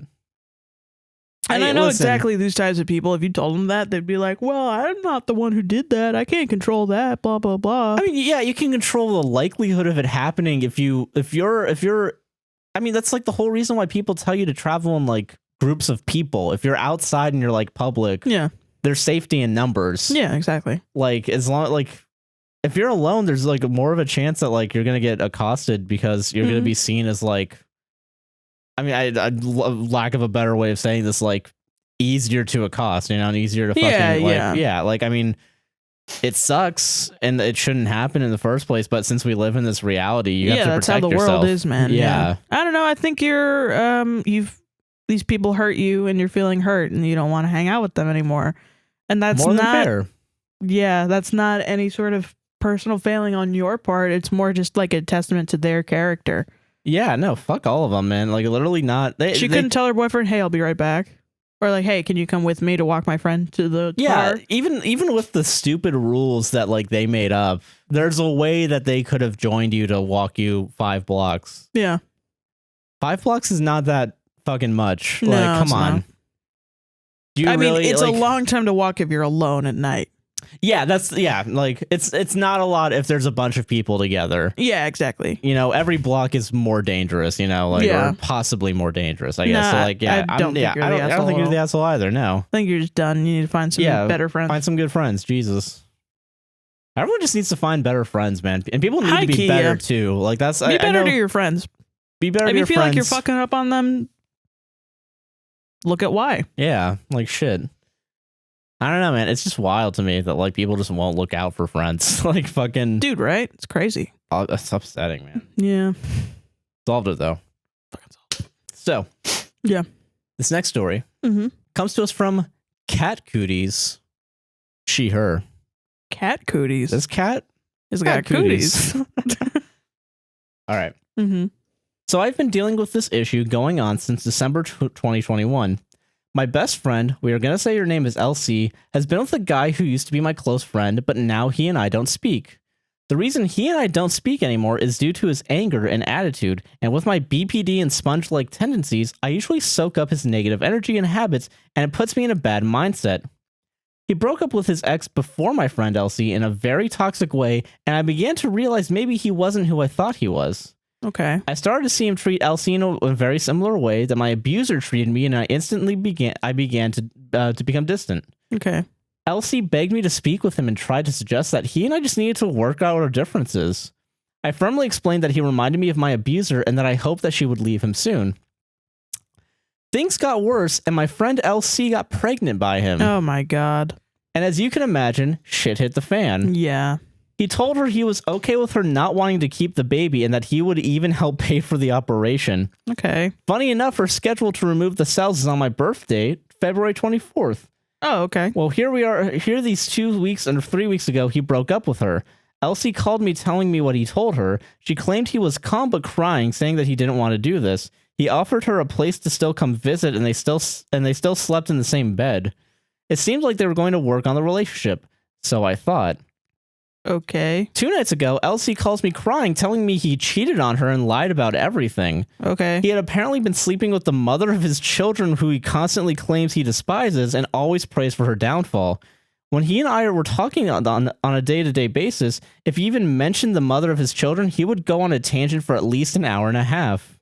We also had come to find out that he had shit-talked me and my boyfriend, claiming all we ever did was use him for weed. Wow. In reality, 9 times out of 10, I brought my own shit, and we all usually had a smoking circle. Okay. My feelings were hurt for my friend, and my feelings were hurt for me and my partner. My chest has ached since all of this came out. Also, a side note, he now claims the reason he did all of this was because he wanted to keep the baby and Elsie didn't. Well, you would agree everyone would drop this person, right? Well, Elsie didn't fully agree with me. I had a talk with her, and she told me she didn't think she would associate with him anymore, but she didn't want to lie to me. I looked in her eyes and told her if she continued to communicate with him, I couldn't be around her. I told her we couldn't be friends, and I would cut her out because of just how bad of a person he is. And she just cried. I felt like an asshole and that I may be too irrational. I'm just not sure what to do or how to feel. I don't know. Yeah, that's a lot. That's a lot of shit going on. Fucking oh, dog. I think you're too invested in their relationship. I think you need to bail. Yeah, I from don't think both you of need to them. know most of this stuff. Yeah, like honestly, I think you a lot of are good information to stay out of it. Yeah. I think you get to decide who you want to associate with, whether or not they cry about it, you know? Yeah, because like literally, if she's gonna keep the kid and she's in an abusive relationship, we have, you know, like we always say, like, you know, we have a policy of like, if you feel like you're able to help her, keep a line open. Keep a line open for when she wants help. But there's no forcing somebody. There's no ultimatums that will really get a person out of an abusive situation. Yeah. So she's got to fucking figure that shit out on her own. You know, she's made her own choices. Yeah, that's at this point. I feel bad if she's now forced to keep the pregnancy. She shouldn't be forced. She should. Yeah, and like, yeah, we can all agree that the partner is a piece of shit. Yeah, like, he's a piece of garbage. Yeah, and it sucks that you might not be able to tell LC that. You know, like fucking. You can tell her that. Oh, you can tell her that, but like, it's probably not gonna. You can tell her that, but they're probably not gonna be like, oh yeah, you're right.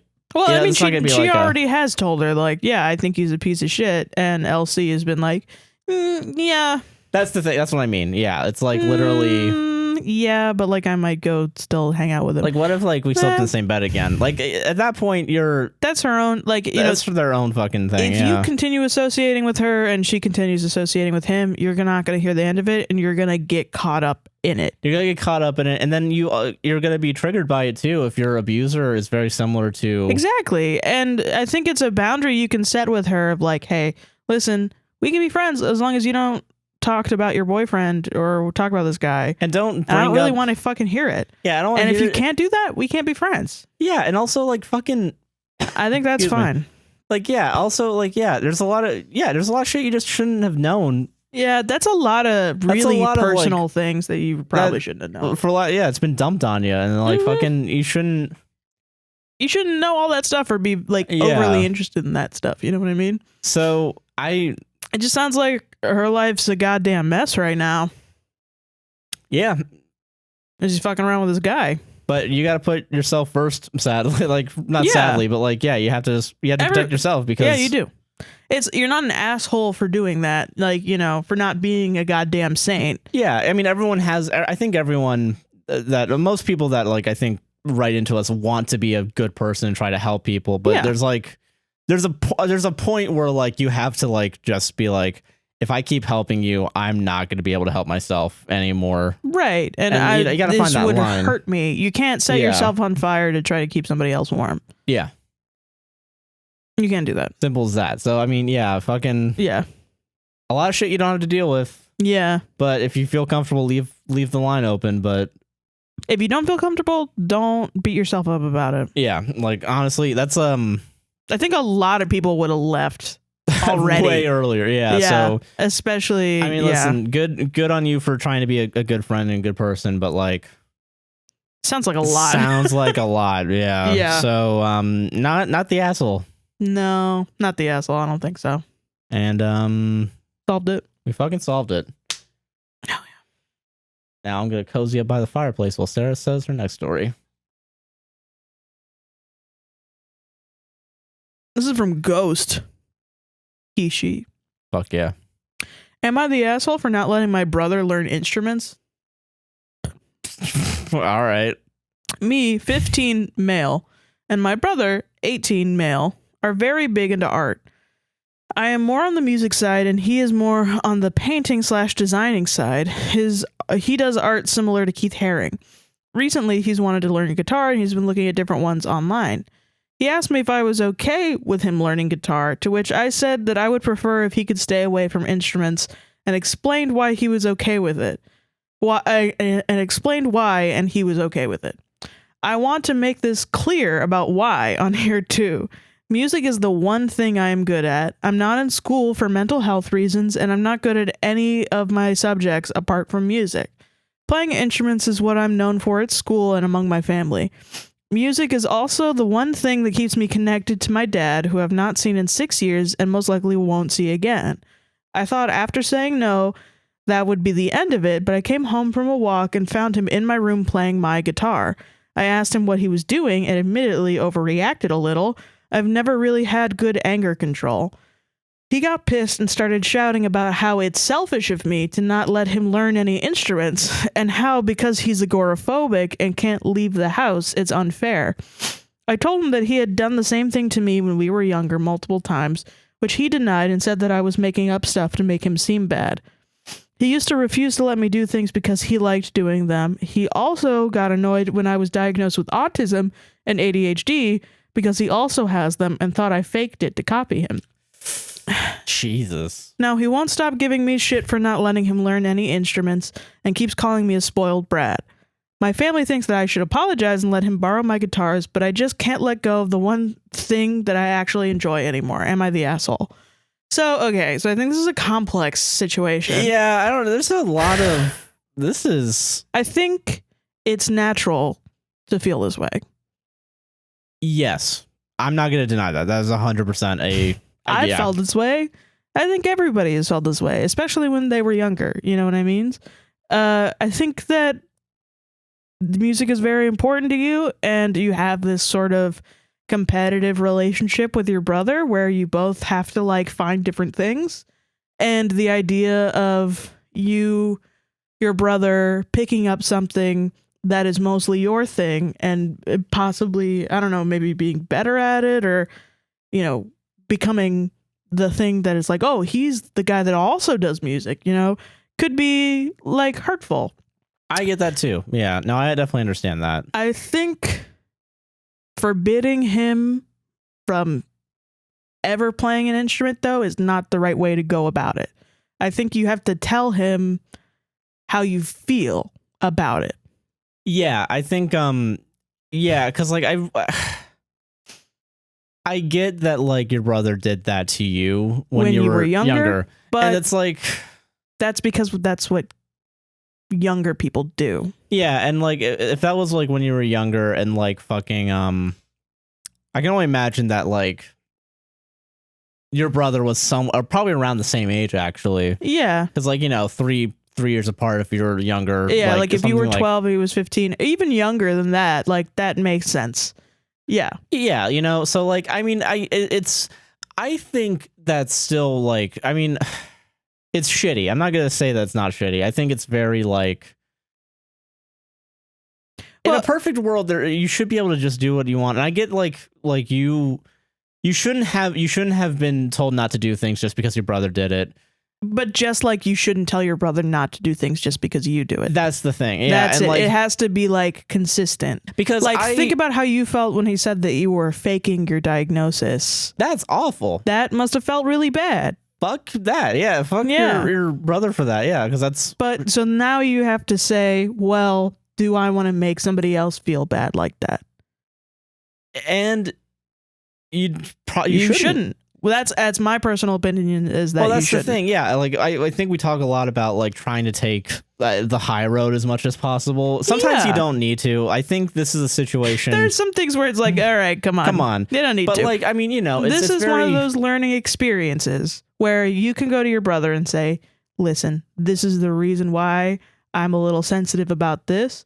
Yes, here are my reasons, and hopefully you can understand that." And then have those reasons, and also make sure when you do tell him like the specific examples of when it happened from him to you and how it made you feel, and like it's you're just gonna have a really sit down, have a talk. What sucks too is that as the younger person, you're probably the thing that really sucks the most, and I hate this because I definitely had this feeling when growing up. Yeah, is I was always the youngest person. Yeah, so I always like. You get the feeling that your older siblings have done everything and you cannot ever be special or whatever. True. And that's not true at all. I think everybody can be special in their own way. Yeah. You know? And I get like music being your only thing, and I get the connection that it brings you with your dad. Your brother learning music or guitar won't take that away from you. Yeah. That's always going to be with you. That's always going to be something that you get to like have for yourself. Yeah. Something that you know at the end of the day, no matter what, even if I'm like, because it also like, I get like, it's good to want to be good at something and like have a skill in something. Absolutely. But like, even if you were the worst guitar player on the planet, if it still made you happy and still made you have a connection with your dad, you should still do it. You should still do it no matter what. And I think that's, you shouldn't have to like have a trade-off. It shouldn't be like, here's my guitar on other people. Yeah.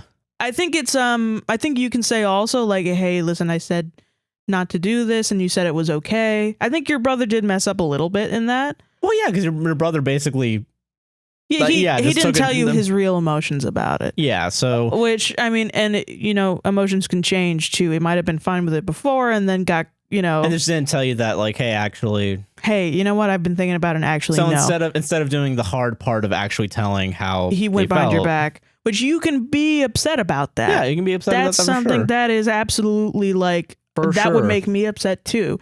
But that's what makes you upset is the going behind your back and playing your guitar. That I think is encroaching on your space. You know, I think that's more than fair to be upset about. Absolutely. But I don't think you can go further and say, I don't think you're allowed to do this anymore. Yeah. You know, because it's his life and it's your life too. Like your music shit is not dependent on everybody else. There's always going to be somebody else playing guitar. Always. That's the thing, yeah. And like I know it definitely is personal because it's your brother doing it, and like, you know, your brother has done shitty things to you in the past. It's gonna be on, you know, fucking like your brother to hopefully at some point apologize too, you know. Yeah. You know, that's another thing about like growing up with this family unit is like you're gonna make a lot of mistakes as kids. Yeah, and it's up to like too. And as adults, yeah. But you know, as you grow older, and because I've experienced, you know, this is like, you know, at some point everyone in the family recognizes when you're all adults and you're all doing the same shit, there's a fucking like new camaraderie from being, you know, siblings and living in the adult world. You have a friend for life. Yeah. You know, so, you know, that's something that you know, talk to him about, tell him your feelings, because if that's something that's very like, if you know, if that's how important it is for you to the point where, you know, it'll hurt you seeing your brother do it as well, I think there's a lot of resentment underneath that needs to get unpacked that probably we don't even know about from this post. That's true. Yeah. So like, I really don't fucking, and hopefully you guys can talk about it and get through it. Yeah. Yeah. I don't know. I think there's a way around it. I don't think you're necessarily the asshole. I think I think you just got to come at it with a level head. Yeah, that's the thing. I think it's hard to do that sometimes, though. So, like, I get you could be the asshole if you continue to try to control him. That's the thing. Yeah, you don't want not playing an instrument because it's a balancing act because you got to make sure you still respect yourself and still respect what you want. Yeah. But there's a point where, you know, your brother's another person. And like, but definitely know that this is a totally relatable feeling. Yeah, no, this is 100% relatable. We've both had this. I'm sure every creative person has had this before. Every person probably. It's not even, like, you know, not even like having your like brother do it. Like if you went to like music college or something. You went to high school. You go to high school and you have guitar. And you were the art guy. And then there was a new kid who did art. That you get the same feeling. You get during lunch. You go and get all the strong kids to, like, beat them up. Beat up the art kid. You know, like I'm the art kid. I'm the one. I don't know, 'cause it's afraid, but like, you know, I think that's a really shitty conception we have in society is that we don't praise artists enough in the society, and then we make them fight for it. Like that's bullshit. It Fuck should that. be a community. It should be a community. You guys should be able to learn guitar together and like be able to connect with that's a each other about guitar. There. Yeah, that would be dope. Yeah. Like you could give him fucking tips. Yeah. You could teach him. You could literally teach your brother guitar. If they'd be cool with it, you know, fucking, yeah. That being said, we are the best Reddit podcast and fuck all the other. Nobody else can be a Reddit podcast. No one else can be a Reddit podcast. But everyone else can do guitar. Yeah. We'll let this one slide. But no other Reddit podcasts. Exactly. Like, oh my God. Yeah, that's very true. We still get that feeling as adults, huh? Yeah, we still get that feeling as adults. Holy shit. That's funny as hell. So, clip that and send that to your favorite Reddit podcast that isn't ours. And then unfollow us because you don't deserve. If you don't like us, then you only follow us if we're your favorite.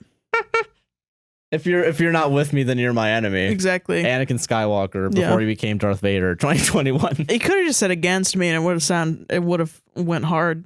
Yeah, it could have. But George Lucas was like, "No, let's do it the pussy way." This next story comes to us from Anonymous. She, her. What? Yeah, crazy. Anonymous. And a she, her? All right. So I, 20 female, recently got into my first serious relationship with my boyfriend, 22 male. We have been together since New Year's Day 2022, and things are going great. We have very similar personalities, and I'm optimistic about our future. For context, we met at work about 3 months ago, and I permanently moved to his area, and we became friends, which is how we started to like each other romantically. However, I found that I'm very insecure about my social life compared to my boyfriend's. He has a tight-knit group of friends that have all been friends since high school. They share hobbies like video games and Magic the Gathering, things they all do together. They are also a couple years older than me, so they have better living situations and can go to each other's houses all the time. I have one best friend from high school who I hang out with roughly once a month. We mostly use social media to talk to a few mutual friends who I'm not quite as close to. Most of my day-to-day socializing comes from work, even including social media. Mood. That's a fucking mood. Yeah. Growing up, I always felt out and excluded in my friend groups, like I wasn't important enough to really be there, and I'm starting to feel that fear coming back. As I'm typing this, I'm alone in my bed, and my boyfriend is hanging out with his friends playing games, and I just feel lonely. It's not that I'm jealous of him, but I feel like a loser compared to him, and his friends are genuinely nice and funny people, and I wish I had a close friend group like that. Any advice on how to deal with this as our relationship progresses? Thank you, guys. I fucking totally feel you, man. This is so relatable. This is, oh my God. Josh and I are both you. Yeah, so this is interesting because, like, yeah. My phone dropped, whatever. Fuck yeah. I think early on in the relationship, it's weird. Okay, so like, I'm trying to think about in the context of our relationship. Yeah. Early on, I was in the film program still, so I had film friends. Yeah. But I also never really felt close to them, which was weird. But I would text with them and talk to them and go to their bullshit, right? Yeah. But I was just being used. Same. Well, I had like one friend, and then I was friends with that friend's ex-girlfriends. So then, you know, we were kind of hung out a lot, and I kind of hung out with a lot of the music people. But then eventually, we all drifted apart, you know? I don't know. Yeah, and like I drifted apart from the film people. So then for a while, like the only person that I would talk to was Sarah, and that was actually like early on during the pandemic. And then I would go to school, but since school was virtual, I didn't really make friends there. Exactly. Same. You know, fucking gabagool. Yeah. And then it's interesting now because I have one close friend, and I think you have a couple more friends than I do.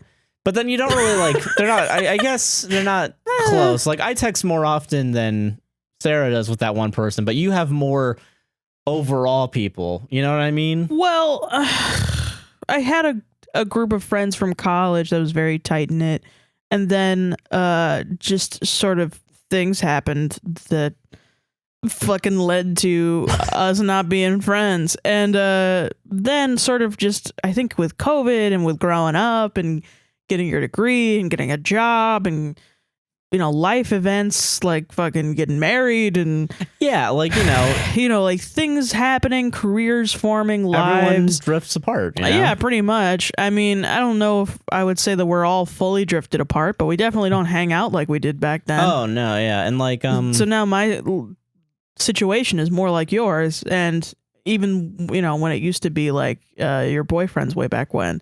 And it's just, that's how it is. That's how life is. Yeah, it's, I mean, you know, it's not, it's a shitty feeling, but like it's part of the ebb and flow. Like, I mean, you come in and out of friends. Yeah, and like, you know, right now I'm very grateful that I have my main friend, and then I game every Friday night with oh yeah, you do with that. What is it, like my brother, the boys, you know, my brother-in-law and a friend, his friend that is slowly becoming, you know, my friend, you know. Yeah. It takes a little, but like for a while, like I didn't really have that, you know? Yeah. Like, and that's interesting because then during that time I was like, man, why does Sarah like, Sarah goes out all the time? Like fucking. I really didn't. Well, I mean, you still had, like, you were like during the time when I broke off from the film people into COVID, and then like I think 2021 is when I met Jordan. Oh yeah, from 2020. Although I will be honest with you, Josh. Yeah. I dropped out of school in 2019. Yeah, true. And I was only going out with like work people, which was the worst. And then I think at the beginning of 2020, at the beginning of the pandemic, that was maybe the first time I had gone out with those friends. Not school related. Yeah. Not band related. Just friends. Yeah. First time. I get that. Yeah. And it was awesome. And it was like, oh shit, I have friends. Yay. And then that lasted 2 months. That lasted for like 2 or 3 months. And then fucking. And just, they got busy. They got busy with their lives. They didn't want to hang out anymore. You know. Yeah. But like, yeah, I get that though. I definitely. So yeah, I understand where the listener's coming from, because like, I don't know, fucking in high school, I felt like the odd one out, you know. Me too, man. So like, you know, it sucks. It really does. But it's really an insecurity, you know. And it's like, it's not, because like you're, you know, if you're in a situation where you're fortunate enough that you do have your partner, your boyfriend, who does care about you, you know that. And I get being jealous, but at the end of the day, like, those friends are going to be your friends. Yeah, that's the thing, you know? Soon. Eventually, there'll be a time where you meet up with them, and then, like, you know. You're pretty early on in your relationship, but eventually. If it keeps going, you're eventually going to become friends. Like, I became friends with fucking Sarah's friends. Yep. And Sarah became friends with my friends. Yeah. Like, yeah, fucking. That's how it goes. Is. So, like, yeah, eventually it'll be like a big migration, you know? And you will also find friends outside of your friends. Yes, you'll always find, there's always going to be a way. If you're going to work, you're going to meet new people. And they could be fine friends. If you just want to get Bumble BFF, you can do that. We did that for a little bit. That's how I found my friend. Like, shit, I'll admit it. A couple crazy people, but... But, you know, I mean... Yeah. There's a chance you'll find someone. Like, yeah. But it's not, don't feel like lost. Yeah, don't worry about it. You're gonna be okay. And just a warning, just expect the crazy TikTok comment like, fucking break up with him. Fucking bitch. No, you've been dating for 3 months. I totally understand why he's fully integrated you into his friend group, you know? I don't know. I mean, if you happen to play any video games that are multiplayer, if you do play video games, you don't have to play video games. You don't have to like completely do their hobbies. But like if you did, there might be something there that like you could, or like get on Discord, find some people on Discord, bro. Yeah, just look up random fucking communities. Well, I mean, like I feel like puppies. Now it's like our like online shit. Yeah, find stuff online and like fucking, I don't know. You'll meet new people. Yeah, even if it's virtually or even if it's like, you know, fucking Yeah. There won't. It's good that you have your boyfriend for some personal interaction. So you have the personal interaction, and then if your digital interaction won't always be as good as that, but you at least have interaction. Yeah. Exactly. That's important. So yeah, I think that's good. I think we did it. I think we did it. Yeah, solved it. Fucking solved it, bitch. I'm so good at solving things. Every week Hell I feel yeah. like I solve like at least 8 things. It's weird. Fucking right. This is from anonymous she/her. My best friend encourages me to break up with my fiance every time I ask him for advice. Let's see if your best friend's right. And apparently on this show, 9 times out of 10 they are. So let's see if this is the 1 out of 10. I don't feel entirely comfortable giving exact ages because I'm paranoid about people finding it. Understandable. That's fine. That's Everyone, please reminder, this is a public broadcast. Yeah, that's reasonable. Yeah. What I will say, we are all in our early 20s. I, she, her, my fiance, he, him, and my best friend, also he, him. My fiance is 3 years older than me, and my best friend is the same age. I've known my best friend for about a year longer than my fiance. When I first met my now fiance, we got into a relationship relatively fast.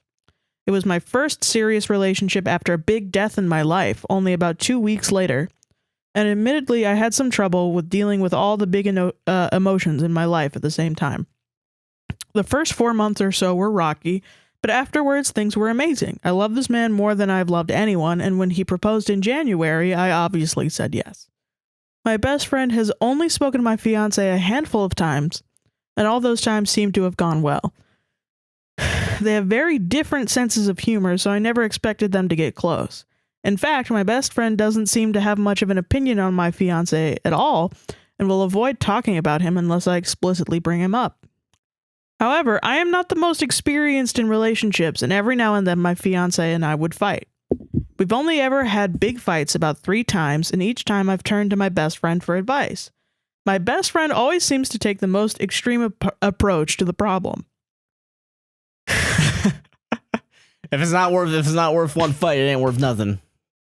That's the Josh way. That's the Josh way. Once my fiance was going to go out of town with a friend I didn't like and would have missed my birthday. We got into a fight about this, and I called my best friend immediately afterwards to cry to him about how hurt I was. My best friend tried to tell me that my fiance was gaslighting me, purposefully hurting me, and probably faking his chronic illness. That's a little extreme. All to manipulate me.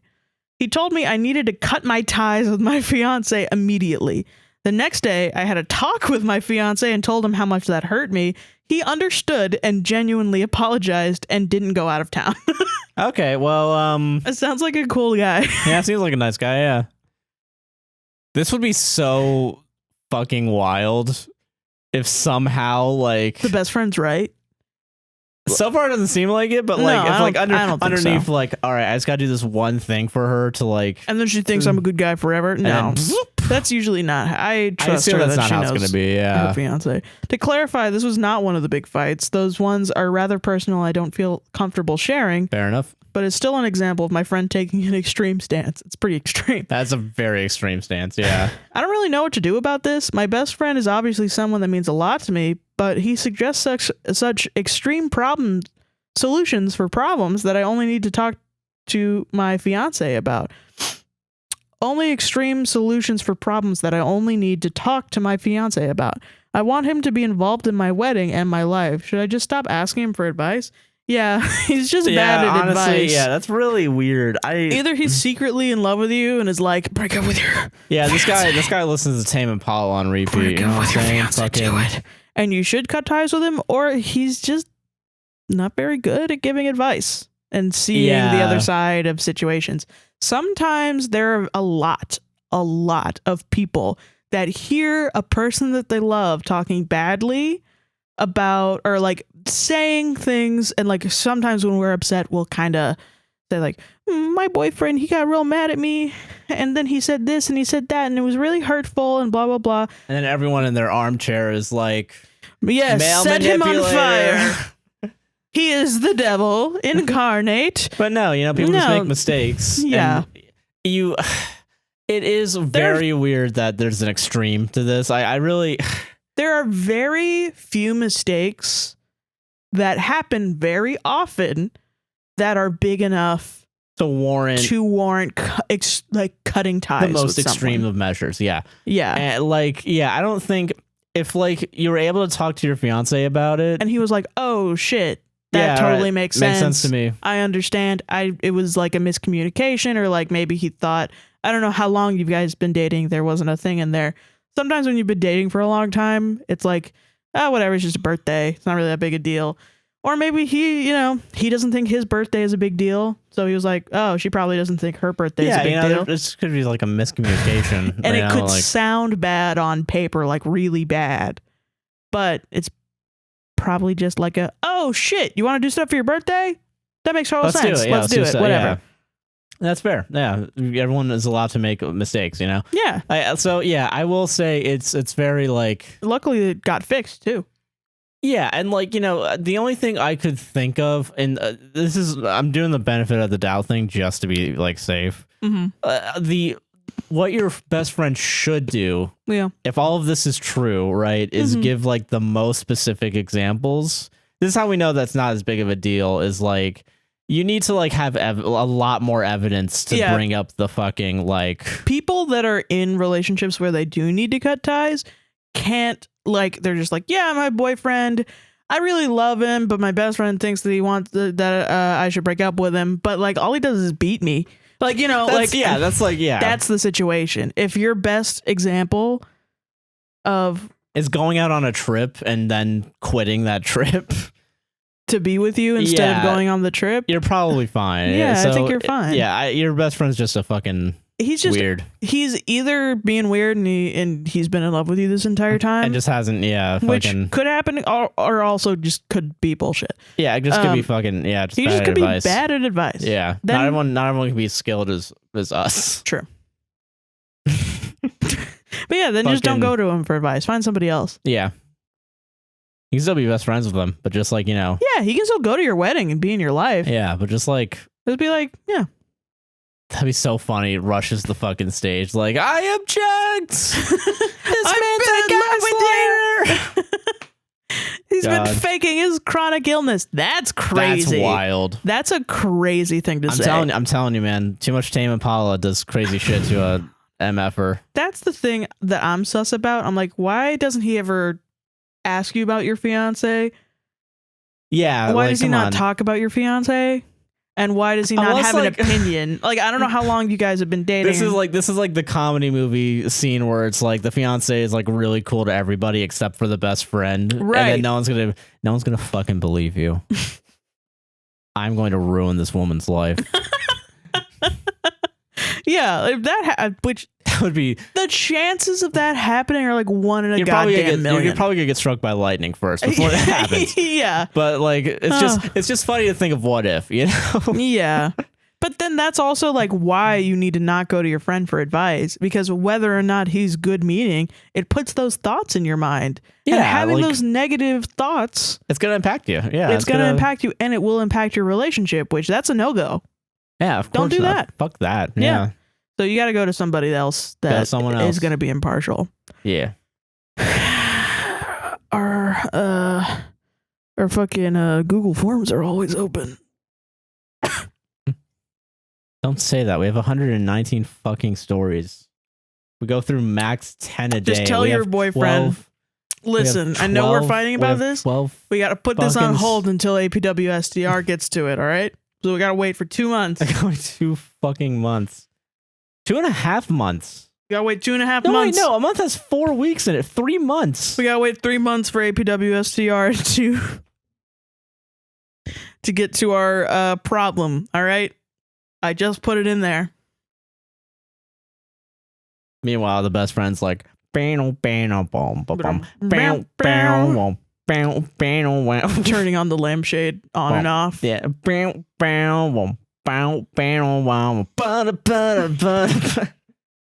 All right, next story. Fucking stop fucking. Yeah, it's a good song, and it really upsets me that it fucking. It's a catchy fucking song. It sucks. Had a bitter jabber. Had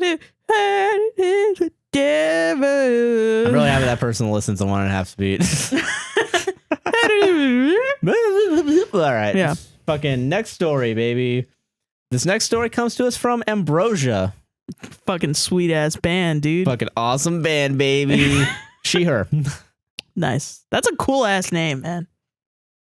This one's a fun one. This one calls me out. Really? Does it actually? That'd be so funny if someone from my past was like, "Fuck you, Josh. Fuck you, Josh. I'll be burning out." Or no, I just like it. just like a guest, just not guest. Fuck me. A fucking a listener that is just like, hey guys, I love the podcast. Fuck off, Josh. I'll read it. I'll still, yeah. Actually, no, you gotta pay me money for that. Fuck you. So do that on the Buy Me a Coffee. Let's go, baby. All right, this next story comes from Ambrosia, she, her. Nice. Am I the asshole? I feel like I've settled for a man-child. He has mommy issues and has accidentally called me mom twice. I am the adult and he is the child in the relationship. I love him, but I feel I am the one in charge in this relationship. Is this because you called me mom one time? Maybe. From his independence from his mother to putting up with immature crap. We are both in our early 30s with no children. He comes from a conservative family. He has asked me to marry him, and I don't think I can marry him when I know I am always going to come second to his mother. This is especially true in our religious views. His mother is a pro-birther, and I can't see myself having a nice Thanksgiving dinner with someone who I disagree with on a fundamental level of humanity. I am a survivor of SA and rape at a young age. Yep. I'd start fighting. Being with my man-child has taken me several steps back in my recovery. Just calling him your man-child. Parentheses, alcoholic. Oh my and God. him using cannabis like a chimney, parentheses, without anyone knowing, God forbid his mommy were to find out, triggers the F out of me. He's 30. He provides financially, but I'd rather go back to living on the streets as a sex worker than to deal with this from someone who is supposed to have my back. If I were to leave the relationship, am I the asshole? No, you hate him. No, you hate this guy. You absolutely hate this man. I gotta make you know what? Last week I did a broad stroke. I'm gonna brush with a broad stroke again. If you're typing in you typed those words into us, that you are dating a man-child who will always have you second to his mother, enough to not be with him. You don't want to be with him. I'm pretty sure you don't. And we don't need to make any judgments about being 30 and being dependent on your mother or anything to tell you that. Yeah, that's just you don't like him. That's an incompatibility. Yeah. Yeah. He should find someone that's totally okay with being his mom. He should date his mom. Yeah. It's that simple. Yeah, you're not the asshole. If you like, I get the. Honestly, you'd probably be doing him a favor because now you're teaching him that. Yeah, you can't. That shit's not attractive. Really? Yeah, like it's really that fucking simple. Yeah, honestly. it's just not that attractive. Like, come on. Yeah, it's really like yeah, fuck that guy. I don't know. Like shit. And I don't know why you say that this was a call out post for you. You're not like that at all. I'm total man-child. No, you're not. It is partially because I accidentally called you mom.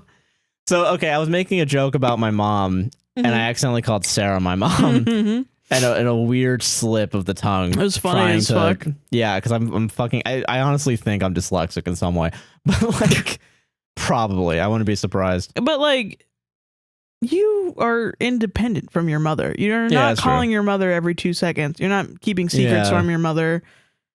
True. Like you drive, you make money. Yeah. You help out with bills. I just assume whenever I see the word man-child, you clean most of the house. Whenever I see the word man-child, I'm like, this is about me. This is no. Someone's trying to write a post about me without me trying to. I can see past the lies. You're not a man-child, and even this man-child in this situation provides most of the finances. Think about that. Yeah. So it's not all just finances that make somebody a man-child. Yeah. It's the mental fucking like how they treat a person. So yeah, no, I know I'm not a man-child, but okay. I just think it would be funny if I were. That's the. And I told all the listeners that this is exactly how I am IRL. There's a level of unequal labor in this house. It's that you do most of the labor in this house. I don't know what you're talking about. You clean the dishes every day. I don't believe in gender roles. You do your own laundry. I don't believe in Yeah, I do a little bit. You do enough. I do enough. You do more than enough. Oh, thank you, Sarah. Yeah, Jesus. You're not a man-child. This man is a man-child. This man is for sure a man-child, yeah. I don't think they gave, like, explicit examples other than the weed stuff.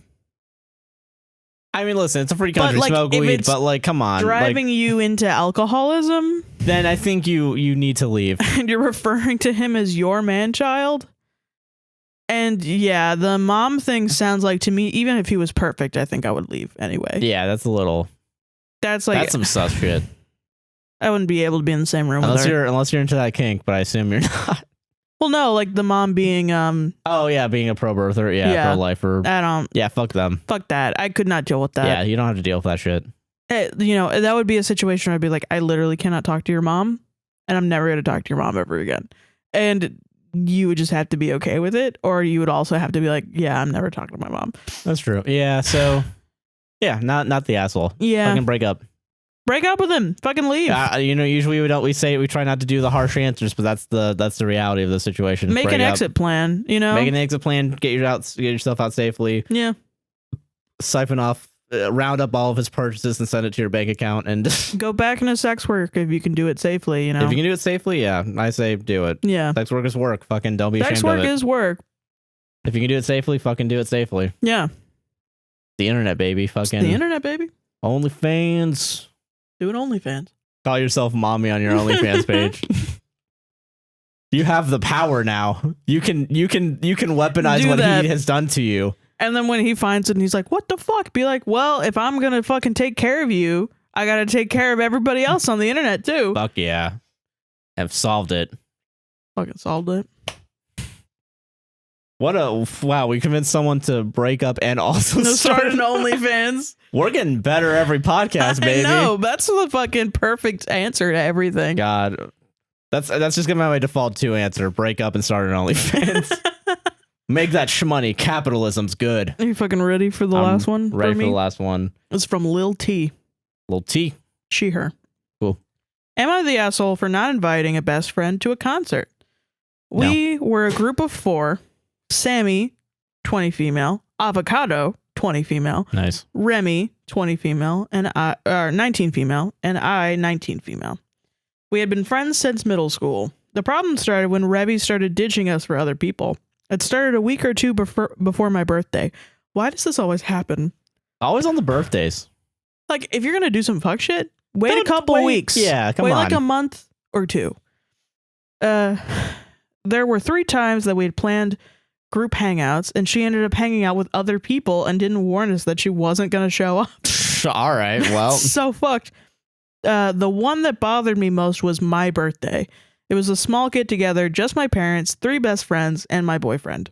About an hour after the planned time, she still hasn't shown up. Oh, shit. When we texted her, it was obvious that she had forgotten it was my birthday and that she was with a guy. Ooh. This wasn't the first time she had bailed on us. For my birthday, we decided to buy tickets for a concert. We were pretty upset that she hadn't shown up once again, so we bought the tickets for just the 3 of us.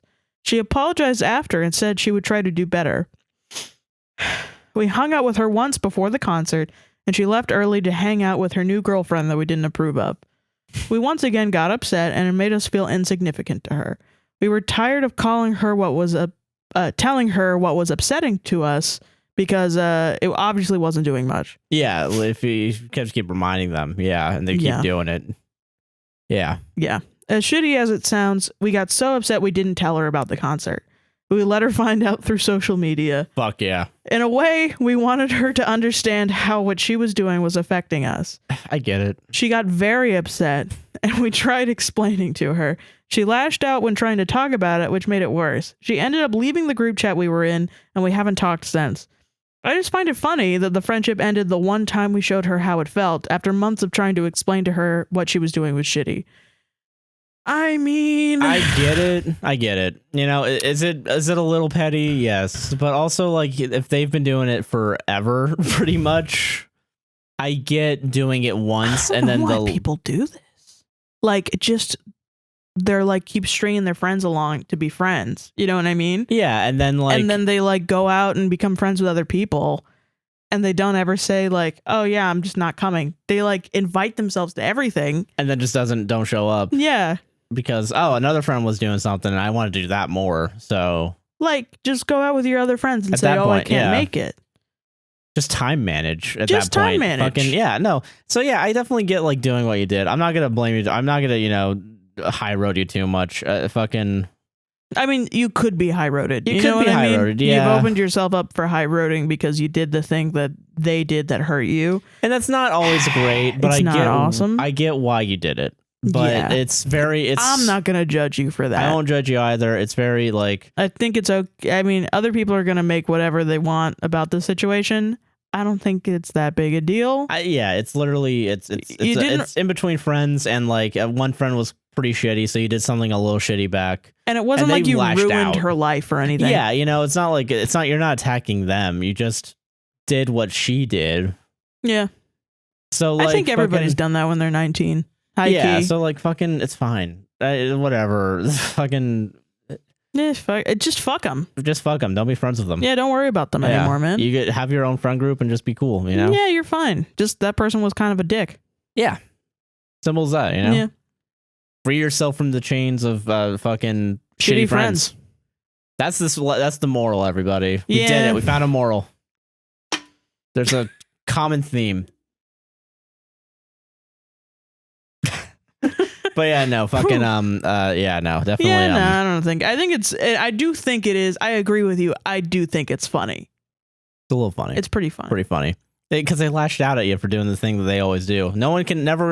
Everyone can dish it, but no one can ever take it. You know what I'm saying? Right. My thing is like, if you have set the standard with me that that's how this friendship is going to go, then I get to follow then that I get standard. to do it. And if you get mad at me later about it, You can't. You set the standard. you set the standard. That's kind of your shit. Yeah, fuck it. Should I have mature conversations and talk to you about it? But it also sounds like you tried to talk to her and she just wasn't getting it. Yeah, But so then it's like, should I like formally break up the friendship? Probably, instead of doing some petty shit. But also like, what is this? This isn't the fucking 1800s. I don't have to write you a formal letter. Treat me normally. Yeah, just be a nice person, and people will be nice to you. Yeah, don't And treat if people someone's badly. mean to you, fuck them. Like, yeah. And you won't have bad shit happen to you. Literally. It's pretty easy, but a Yeah. lot of people don't understand. We're on a fucking mission with this podcast to make people set higher standards and be Considerate. nicer Yeah, and just be considerate. be Jesus. considerate of other people. But with a little bit of edge. I don't know. They're gonna be like people out there that are gonna be like, it's bad for doing that because then you hurt her feelings in the way. Think about how you felt, and like it's true when it's about it's playing true. guitar. It's not true when when you're 19 and somebody's just being an absolute asshole all the time. Come on. Sometimes it's a controlled shock, the steal from Five Nights at Freddy's. It's a controlled, like, you gotta be a little bit of an asshole to, You just made a Five Nights at Freddy's reference. Yeah, I did, on accident. Doesn't matter. Fuck did it. that on purpose. No, I was gonna say it was a controlled demolition or something. I don't know. Fucking. Yeah, I just want to make a Five Nights at Freddy's reference. Okay. But yeah, no. Sometimes you gotta do it. We all know situations where somebody's fucking around on us, and it's like, unless she had like surgery for 3 months, unless she had like a real reason for not being there. No, she was fucking around on you. She was fucking around on you. So yeah, fuck them. Fuck them. No more bullshit. No more goddamn bullshit. Fucking Solved tired. it. Tired of it. All right, last story. Let's go, baby. Comes to us from Anonymous. She, her. Cheer. Let's go. I am struggling to forgive my best friend, who we'll call Catherine, for saying that I embarrass her. Whoa. Catherine and I have been friends for 3 years after meeting in college. If I'm being honest, things haven't been the same since I told her what I'm about to tell you. 2 years ago, I was sexually assaulted by my boyfriend at the time, who we'll call Patrick. I didn't even realize that's what happened until about 6 months after the encounter. When I discovered this and told her about it, she kind of shrugged it off, since it was, quote, so long ago. Already fuck this person. I think I'm going to have to pull out the boxing gloves for this one. Yeah. This has bothered me more and more as time passed. Yeah. Yeah, I get it. Yeah. What the fuck? A few months later, Patrick and I were invited to the same party, and I ended up confronting him about what he did to me in a private area of the host's home.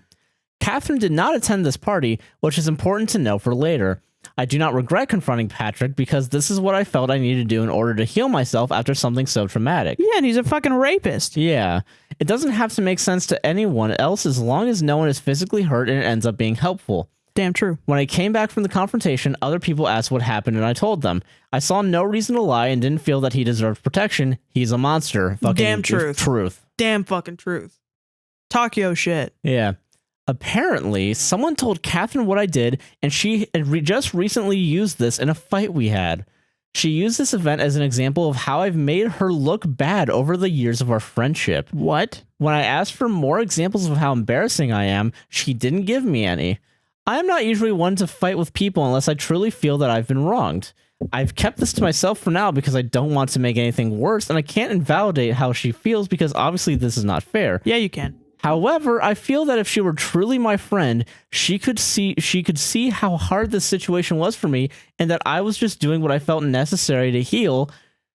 She's a goddamn monster. She's a goddamn monster. Fuck this person. Fuck her, bro. What the fuck? Literally said it was not just because it happened so long ago. What is going through her tiny little brain that somebody comes up to her and says, I'm sexually assaulted? And she goes, that happened. That was last week. It's this current week. You gotta live in the moment, bro. Live in the moment, bro.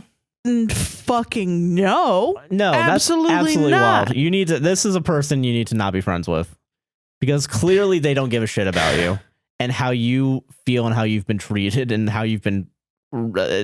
Fuck them. I'm glad you confronted Patrick. But that's the reason you need to fucking tell people in your circle, hey, I've been sexually assaulted by this person. I mean, you need to do on your own terms. Obviously, everybody has different terms. Yeah. But like, say like, hey, I've been sexually assaulted by this person, blah, blah, blah. So that you don't get invited to the same party as your rapist. Yeah. And so that guy doesn't get invited to any parties. Because he doesn't fucking deserve him because he's out there sexually assaulting people. Yeah. Most likely. It's not like a one-time thing. Yeah, literally. Most of the time. Majority of the time. You don't, yeah, it's a pattern, you know? So like fucking the lengths people will go to defend assaulters, rapists, abusers. It's sickening. Fucking bananas. Like it's and unbelievable. The fact that she would even go a step further and throw it in your face during an argument. As if it's a burden to her. Right. Exactly. That's exactly what's fucked up. That's the fucked up part about it. No, honey, no. You don't get to do That's that. just blaming the victim at that point. It's not okay. Fucking that you said that to her, she goes, okay, that's great. But I can file that in my mind as something to use against her in the future. Think about how that's what happened. I feel that you got fucking. It's bananas to me. That makes me see blind rage. That's absolutely awful. That is the worst fucking thing you can do. Yeah, you're not the asshole. You're not the fucking asshole. I really can't. And you're not embarrassing for that. Yeah, of course not. You're a fucking badass for standing up for yourself. Literally, yeah. You're a fucking awesome person that everybody should be glad to be friends with, and not. You should be fucking glad that you get to dodge the bullet of this fucking lizard monster person. Yeah, honestly, fuck this friend. You should not be friends with them, and they shouldn't be friends with like anyone. That's a social check moment, you know. Fuck a goddamn business major sociopath, and then be a wasp mom forever, and then fuck up a whole new generation of kids. She gets to go do that in her own little bubble, and you get to go live a nice, happy life, and fucking heal from your trauma. And stand up for yourself and find a bunch of friends who will be in your corner and stand up for you. And now you know that sadly, some people are not going to do that because they're fucking insane. Literally. And none of that shit is your fault. I hope you don't think that. I know you didn't say that. And I know that you sound like you stand up for yourself. So you probably are like, duh. Yeah, you're a strong person. Fucking and duh, Sarah. No one can... But yeah, no one can take your strength away from you. No, absolutely. So you're not the asshole. Fuck your friend, and they shouldn't be your friend anymore. And it's literally. I get why there's some things where it's like it's so obvious that it's like so fucked up that it's like why do people write in about it? But this is one of those things where it's like there's so many other people saying, I can't believe like fuck the friend that told the person. Yeah, really. Why would you do that? Like, what the fuck? That's fucked up, too. There's so many people that are just not right And not respecting your boundaries. You told people and trusted them with it, and they used it against you. It's really... They're just not acting right. They're not doing the right things. They don't have the right consideration for you. They're just running around with their fucking bullshit, man. Fucking loose ass jaws, loose ass lips. And man, it's one of those things where I know if I was in your shoes, I would wonder if I'm the asshole too, because fucking you're just like, that's gaslighting. That's real actual that's gaslighting on like a mass scale. Multiple people trying to make you feel like trying to get you to shut up. Yeah, literally. And like try to think like, oh, you know, maybe I wasn't sexually, maybe that wasn't actually a real thing, blah, blah, blah, which is fucking vile and fucking terrible. And they should feel ashamed of themselves. Yeah. And, so, you know, if they're a human being in like 40 years, they'll wake up at night at like 3 a.m. and be like, damn, I'm ashamed of myself. One can only hope. That's the burden that they have to bear. Yeah. Yeah. But you can sleep well at night knowing you're not the asshole. Yep. Fucking solved it. We did it, and that's the show. Play us out, Sarah, with some plugs. That fucking made me so mad. That's really fucking upsetting. That's so fucking, like, you know, the first sentence I was like, damn, did you show up in a clown outfit? What happened? Yeah, you know, even without any of the things, like the first sentence, like, yeah, fuck that person already. I was like happy. I was like, man, I can't wait to see what crazy balloon animals you made. But no, it's never that simple on this show, is it? Did you play porn in public? Like, what's embarrassing? Like, what is it? You know, like, what could it be? They actually played Mambo No. 5 on repeat. They went to a jukebox and they played What's New Pussycat? Yeah.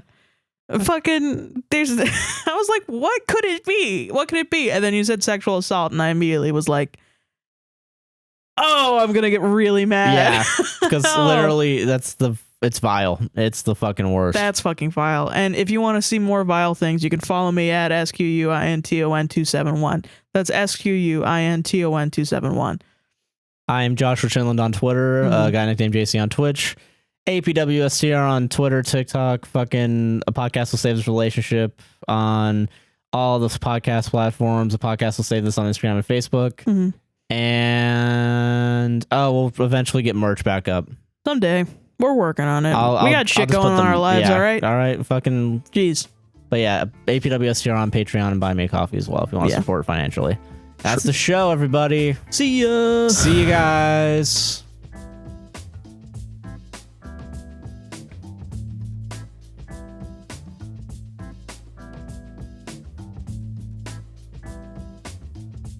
We left this fire on. It's been going for a long time. Yeah, it's gonna burn down the fucking house. I want to learn how to lasso things in real life. Because I've been doing it in Red Dead Redemption. It looks fun. I gotta ride a horse too. I gotta get a horse. That'd be fun. We're gonna instead of having your computer set up, we're gonna have a stable and like. Yeah, it's just gonna be a horse over there. Gonna be a horse in the background. Maybe you'll see him. Maybe you'll see him. Might make some noise. That'd be so funny, like fucking a horse just silhouette like a whole right behind horse. you. That would be silly. Just like on the thing. Oh wait, Red Dead Redemption. You mean like red? What? Whoa! Oh my god, that's a color joke. That's a stupid fucking bit. Why the fuck did I do that? Why'd you let me do this, sir? I don't know.